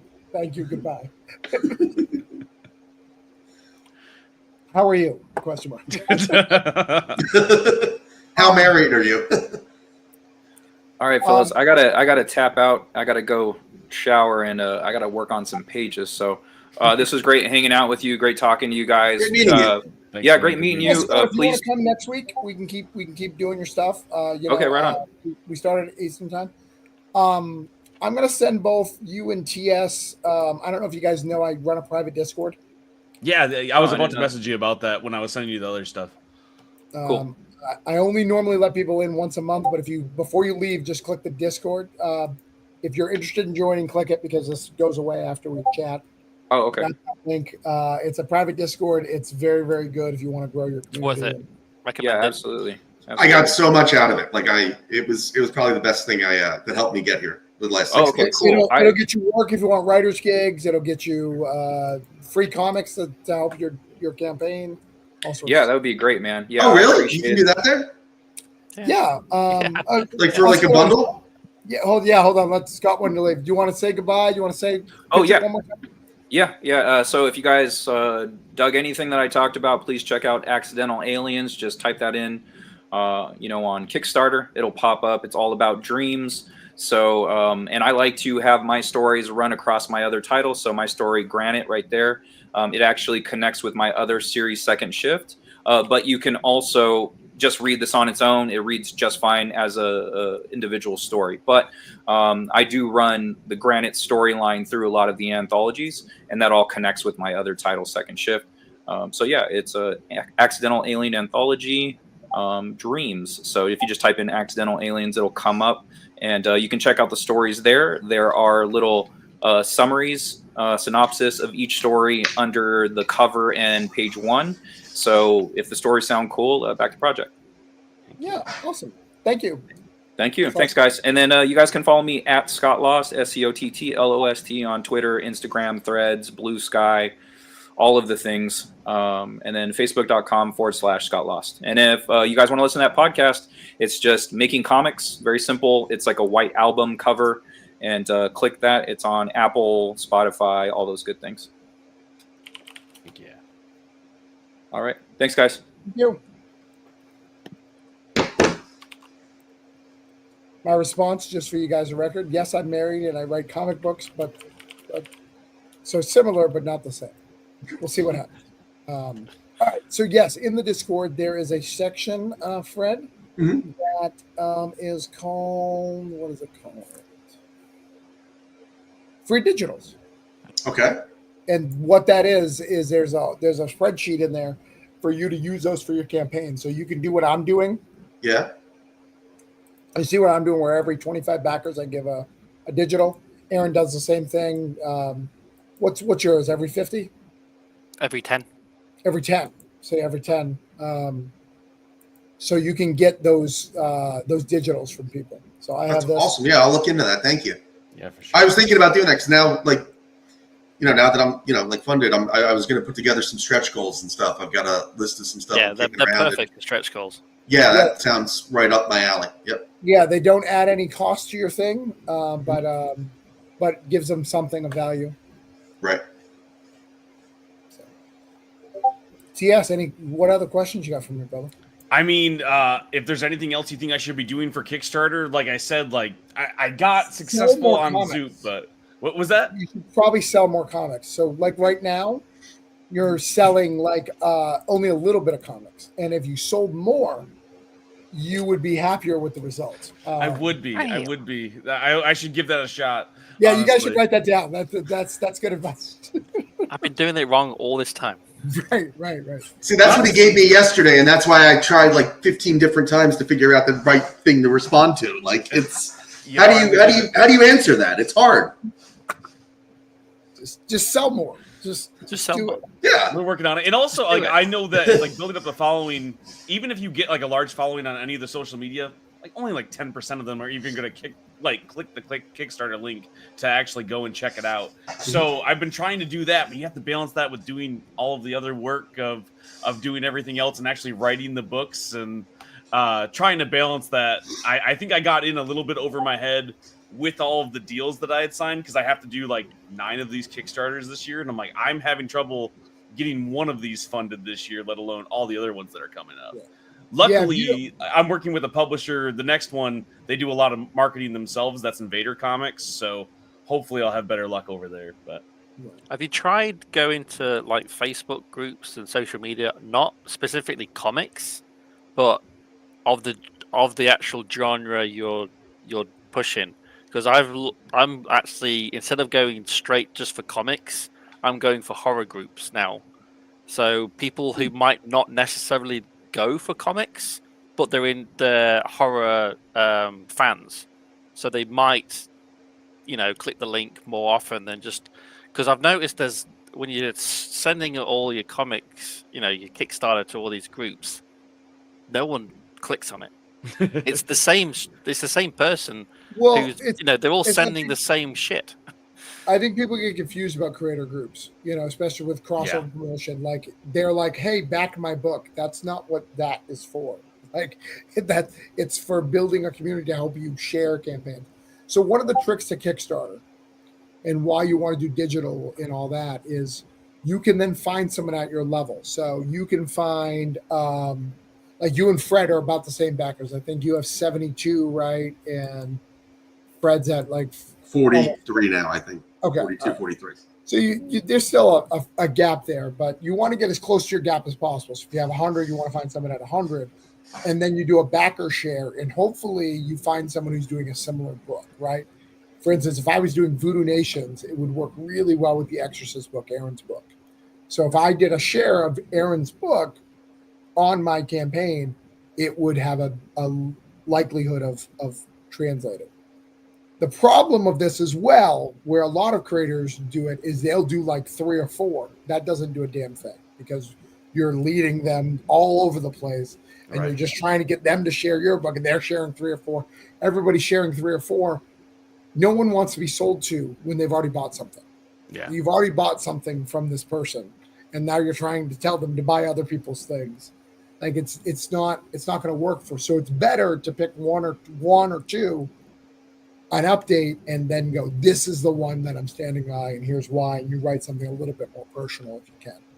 Most of us are going through it too fast, and we're just like, here's 4, buy it back, all these, please. Thank you. That's totally fair. And honestly, like, I had way more success with the cyberpunk book because it was cyberpunk. Not everyone's trying to do a cyberpunk book with, that has revolutions and mutants and crap. But when you're doing a superhero book, it's like everybody knows there's a superhero book, and I have to tell them that they might like it because they like Batman, and like I know I'm already swimming upstream with it.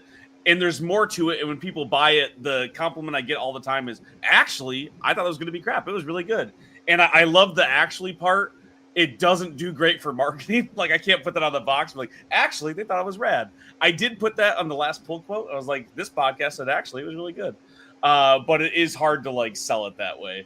So I'm like, the other thing that you've done that's kind of a rookie mistake, TS, that's a big thing that you can do. You haven't done an update to your old campaign. Oh, yeah, like the first one that was on there. Yeah, so do an update and say, hey, just so you know, we're live. We're trying to get to our funding goal. Yeah, no, I never even thought of that. Yeah, thank you. So a percentage of those will hopefully come over because maybe they missed it or whatever the case may be. Yeah, most of the backers are unique to the second issue. Most of them aren't from the first issue. I was really surprised by that. The other thing you can do too is if you click on backer report, right above that, there's a little thing that says messages. So it'll show all messages for the backers.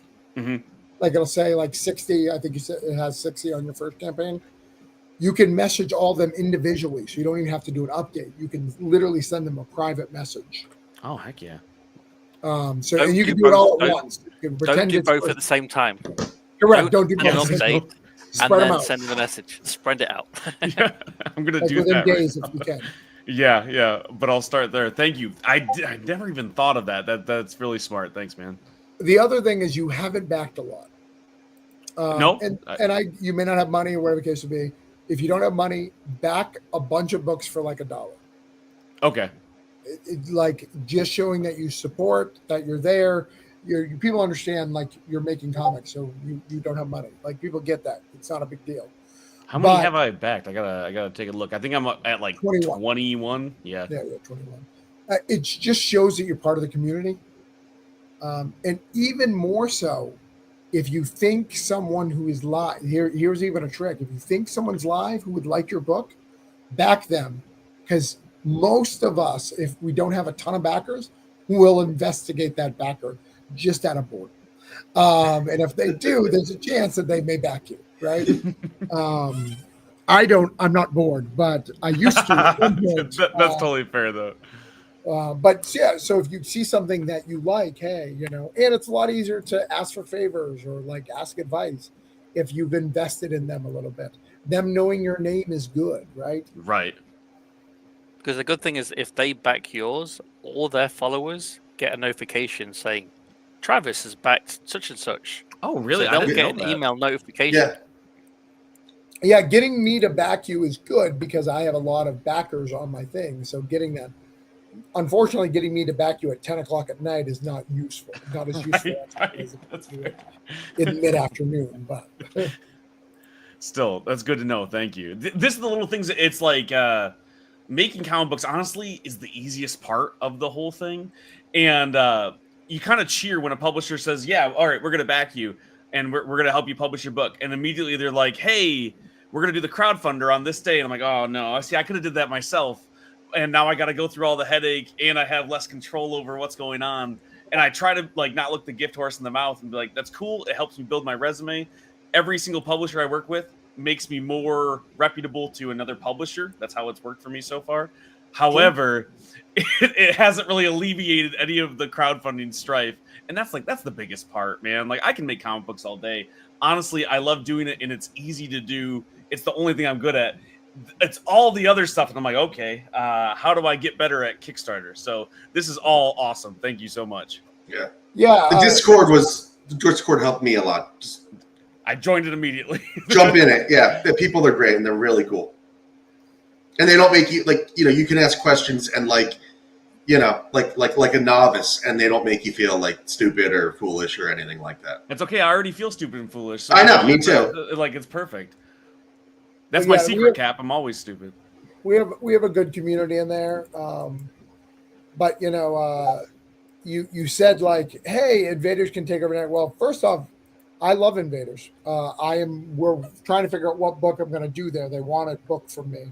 Yeah. But I say this with love. They're not that great at Kickstarter. Look at their numbers. It's pretty low. The biggest thing was distribution. Really was which they just lost with Diamond. So like they picked up different distribution. It's not as good as they had it with Diamond because nothing was, but it's still some distribution. Like they signed up for the massive indie like everybody else did, and then a lot of like more grassroots distribution stuff, which I can also I don't know if anyone else is looking. There's a lot of like little distribution networks that have popped up because there was a bunch of little publishers who were like, I don't know what I'm going to do. So people were like, well, I have this distribution, for whatever, like soda at this comic book shop for these 5 locations. So there's a bunch of these little tiny networks that have popped up. So there's some, it's not obviously not the same thing as Diamond, but it's still something. But you're not wrong. And that was a big part of what I was freaking out about over the holidays was like going with any of these publishers. It's not that big of a boon when it comes to all of the logistics because distribution is the main thing you're getting. The second you lose that, if they don't have a gigantic following, if they're not putting a lot of marketing in there, there's not a lot to be gained except for resume items, which is a big thing of what I'm looking for when it comes to working with a publisher. It's just another name that when I pitch to a publisher, I can say, this person paid me, this company worked with me, because that has opened a lot of doors for me so far. I don't know if it'll continue to do that, but it's gotten me out of the slush pile at places. Yeah. No, it helps. I mean, I have several publishing deals and have others in the line, and it helps. It gets me through the door. They know who your name is. They know that other people work. So the secret to indie comics that a lot of people want to talk about is anybody can make an indie comic. It's can you write somebody else for somebody else? Right. That's stupid, exactly. Because anybody can kickstart, and in fact, some people do better than me at Kickstarter. But can they be hired by somebody else? Yes, they can because they make a lot of money on their Kickstarter. But you get what I'm saying. There's a lot of people who can't, who they can only self-publish yourself. And that's been my main goal as I've been going through indie comics. The only reason why I even started self-publishing is because I was a dummy. I didn't know how the industry worked really. I made a little anthology that obviously no one saw, but I enjoyed it. I started making pitch packets, and I started talking to editors at some of the larger publishers, and they were all really nice. I got awesome feedback, and the main thing they said was, no matter how good your book is, we're not going to hire you because you haven't shown that you're going to do this. Like, right. You need to start self-publishing books. That's when I kickstarted or zooped, whatever the hell they call it, crowdfunded Tokyo Fire, and that's what got the ball rolling on all the other stuff. Right. And it's worked so far, but I still have to continue to keep these Kickstarter deals going. And as I work with these tiny publishers, they're all kickstarting things, and that's the only person that's going to hire me, So I have to get better at this part. Yeah, absolutely. Well, I think that's good unless anybody has anything else. No. Yeah, thanks for letting me up, guys. Just thanks for that. Yeah, thank you. Aaron, we're going to get there this time. I believe in us. I'll be doing some sharing for you, Aaron. I will. Yeah, I shared it out earlier. I'll keep it going on some of the other socials. Aaron, didn't you say it was doing better this time? It is. It's the trend is better. It's just like I thought the last one was going to fund, but with Thanksgiving and Christmas, it just went. I went. That's a hard time, though, right? Just from what I read, it was. And Kickstarter is hard right now. Like, it's really, really hard. Everyone's with election didn't help. I've had private conversations with the big guys, the Charlie Signeys and the Pat Shans, and we talk about their numbers and what they really are, and like everybody's feeling it a little bit, I mean, I have a brand new IP. I know it's a superhero, but like me having a new IP and I haven't done one in a year should be doing way better than it is, and it's doing what it's doing. But it's got a fund. It'll probably do, it'll do okay, and that's fine. Is there more to Upheaval? Yeah. Good. Yeah, we'll do 4 issues at least. Good. Yeah. So I mean, but I've got another Kickstarter the minute this one ends. So and then another one after that. So it'll be nice. Good. Good. Lots of comics coming. But ladies and gentlemen, we have successfully hung out. Thanks for you guys who've watched this whole night. It's been a lot of fun. We had a lot of new guests. We talked about about dino dongs that Scott thought was a dino bat, and I didn't want to correct him because he seems like a really nice guy. But it's bat dong. It's dino dongs. Dino dongs. Who knew? All trend viral. Fred, where can someone find you? At Schwartz Art LLC on Facebook, X, Blue Sky, Instagram. Also at Schwartz Art, www.schwartzart-llc.com.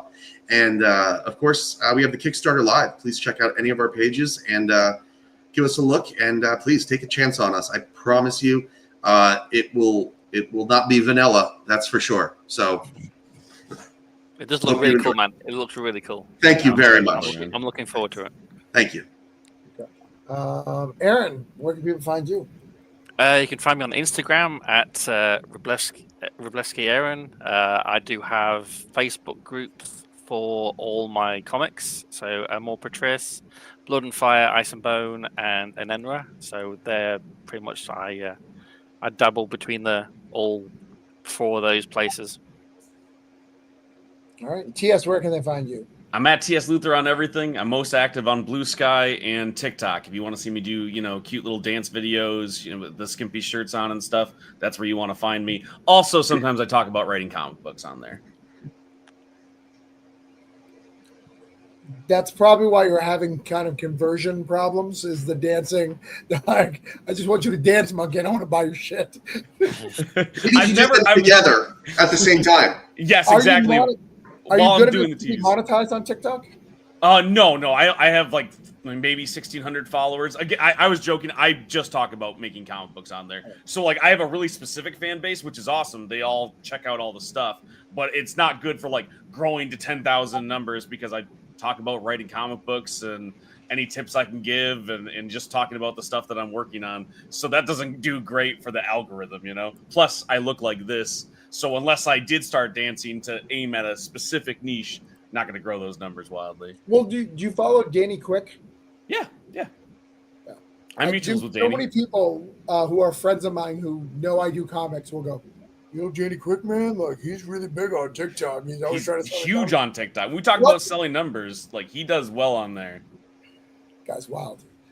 So Danny Quick, if you're not following Danny Quick on TikTok, please do. And I'm Travis Gibb, Orange Cone Productions. We will be here next Thursday because I am live for one more week.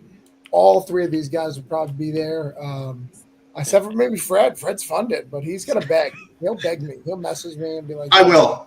I'm gonna hang out in the lobby like a puppy, like today, like the teddy You're bear." hanging out regardless. I love how both Scott and James both waited, but the minute they got their 2 backers, they're like, "Peace." They waited for an hour and a half. And I'll stay the whole time for sure. Sleeps for the week. Yeah. All right. Good night. Talk to you guys next week. Bye. Bye, everybody. Good night. Bye, guys. Thank you.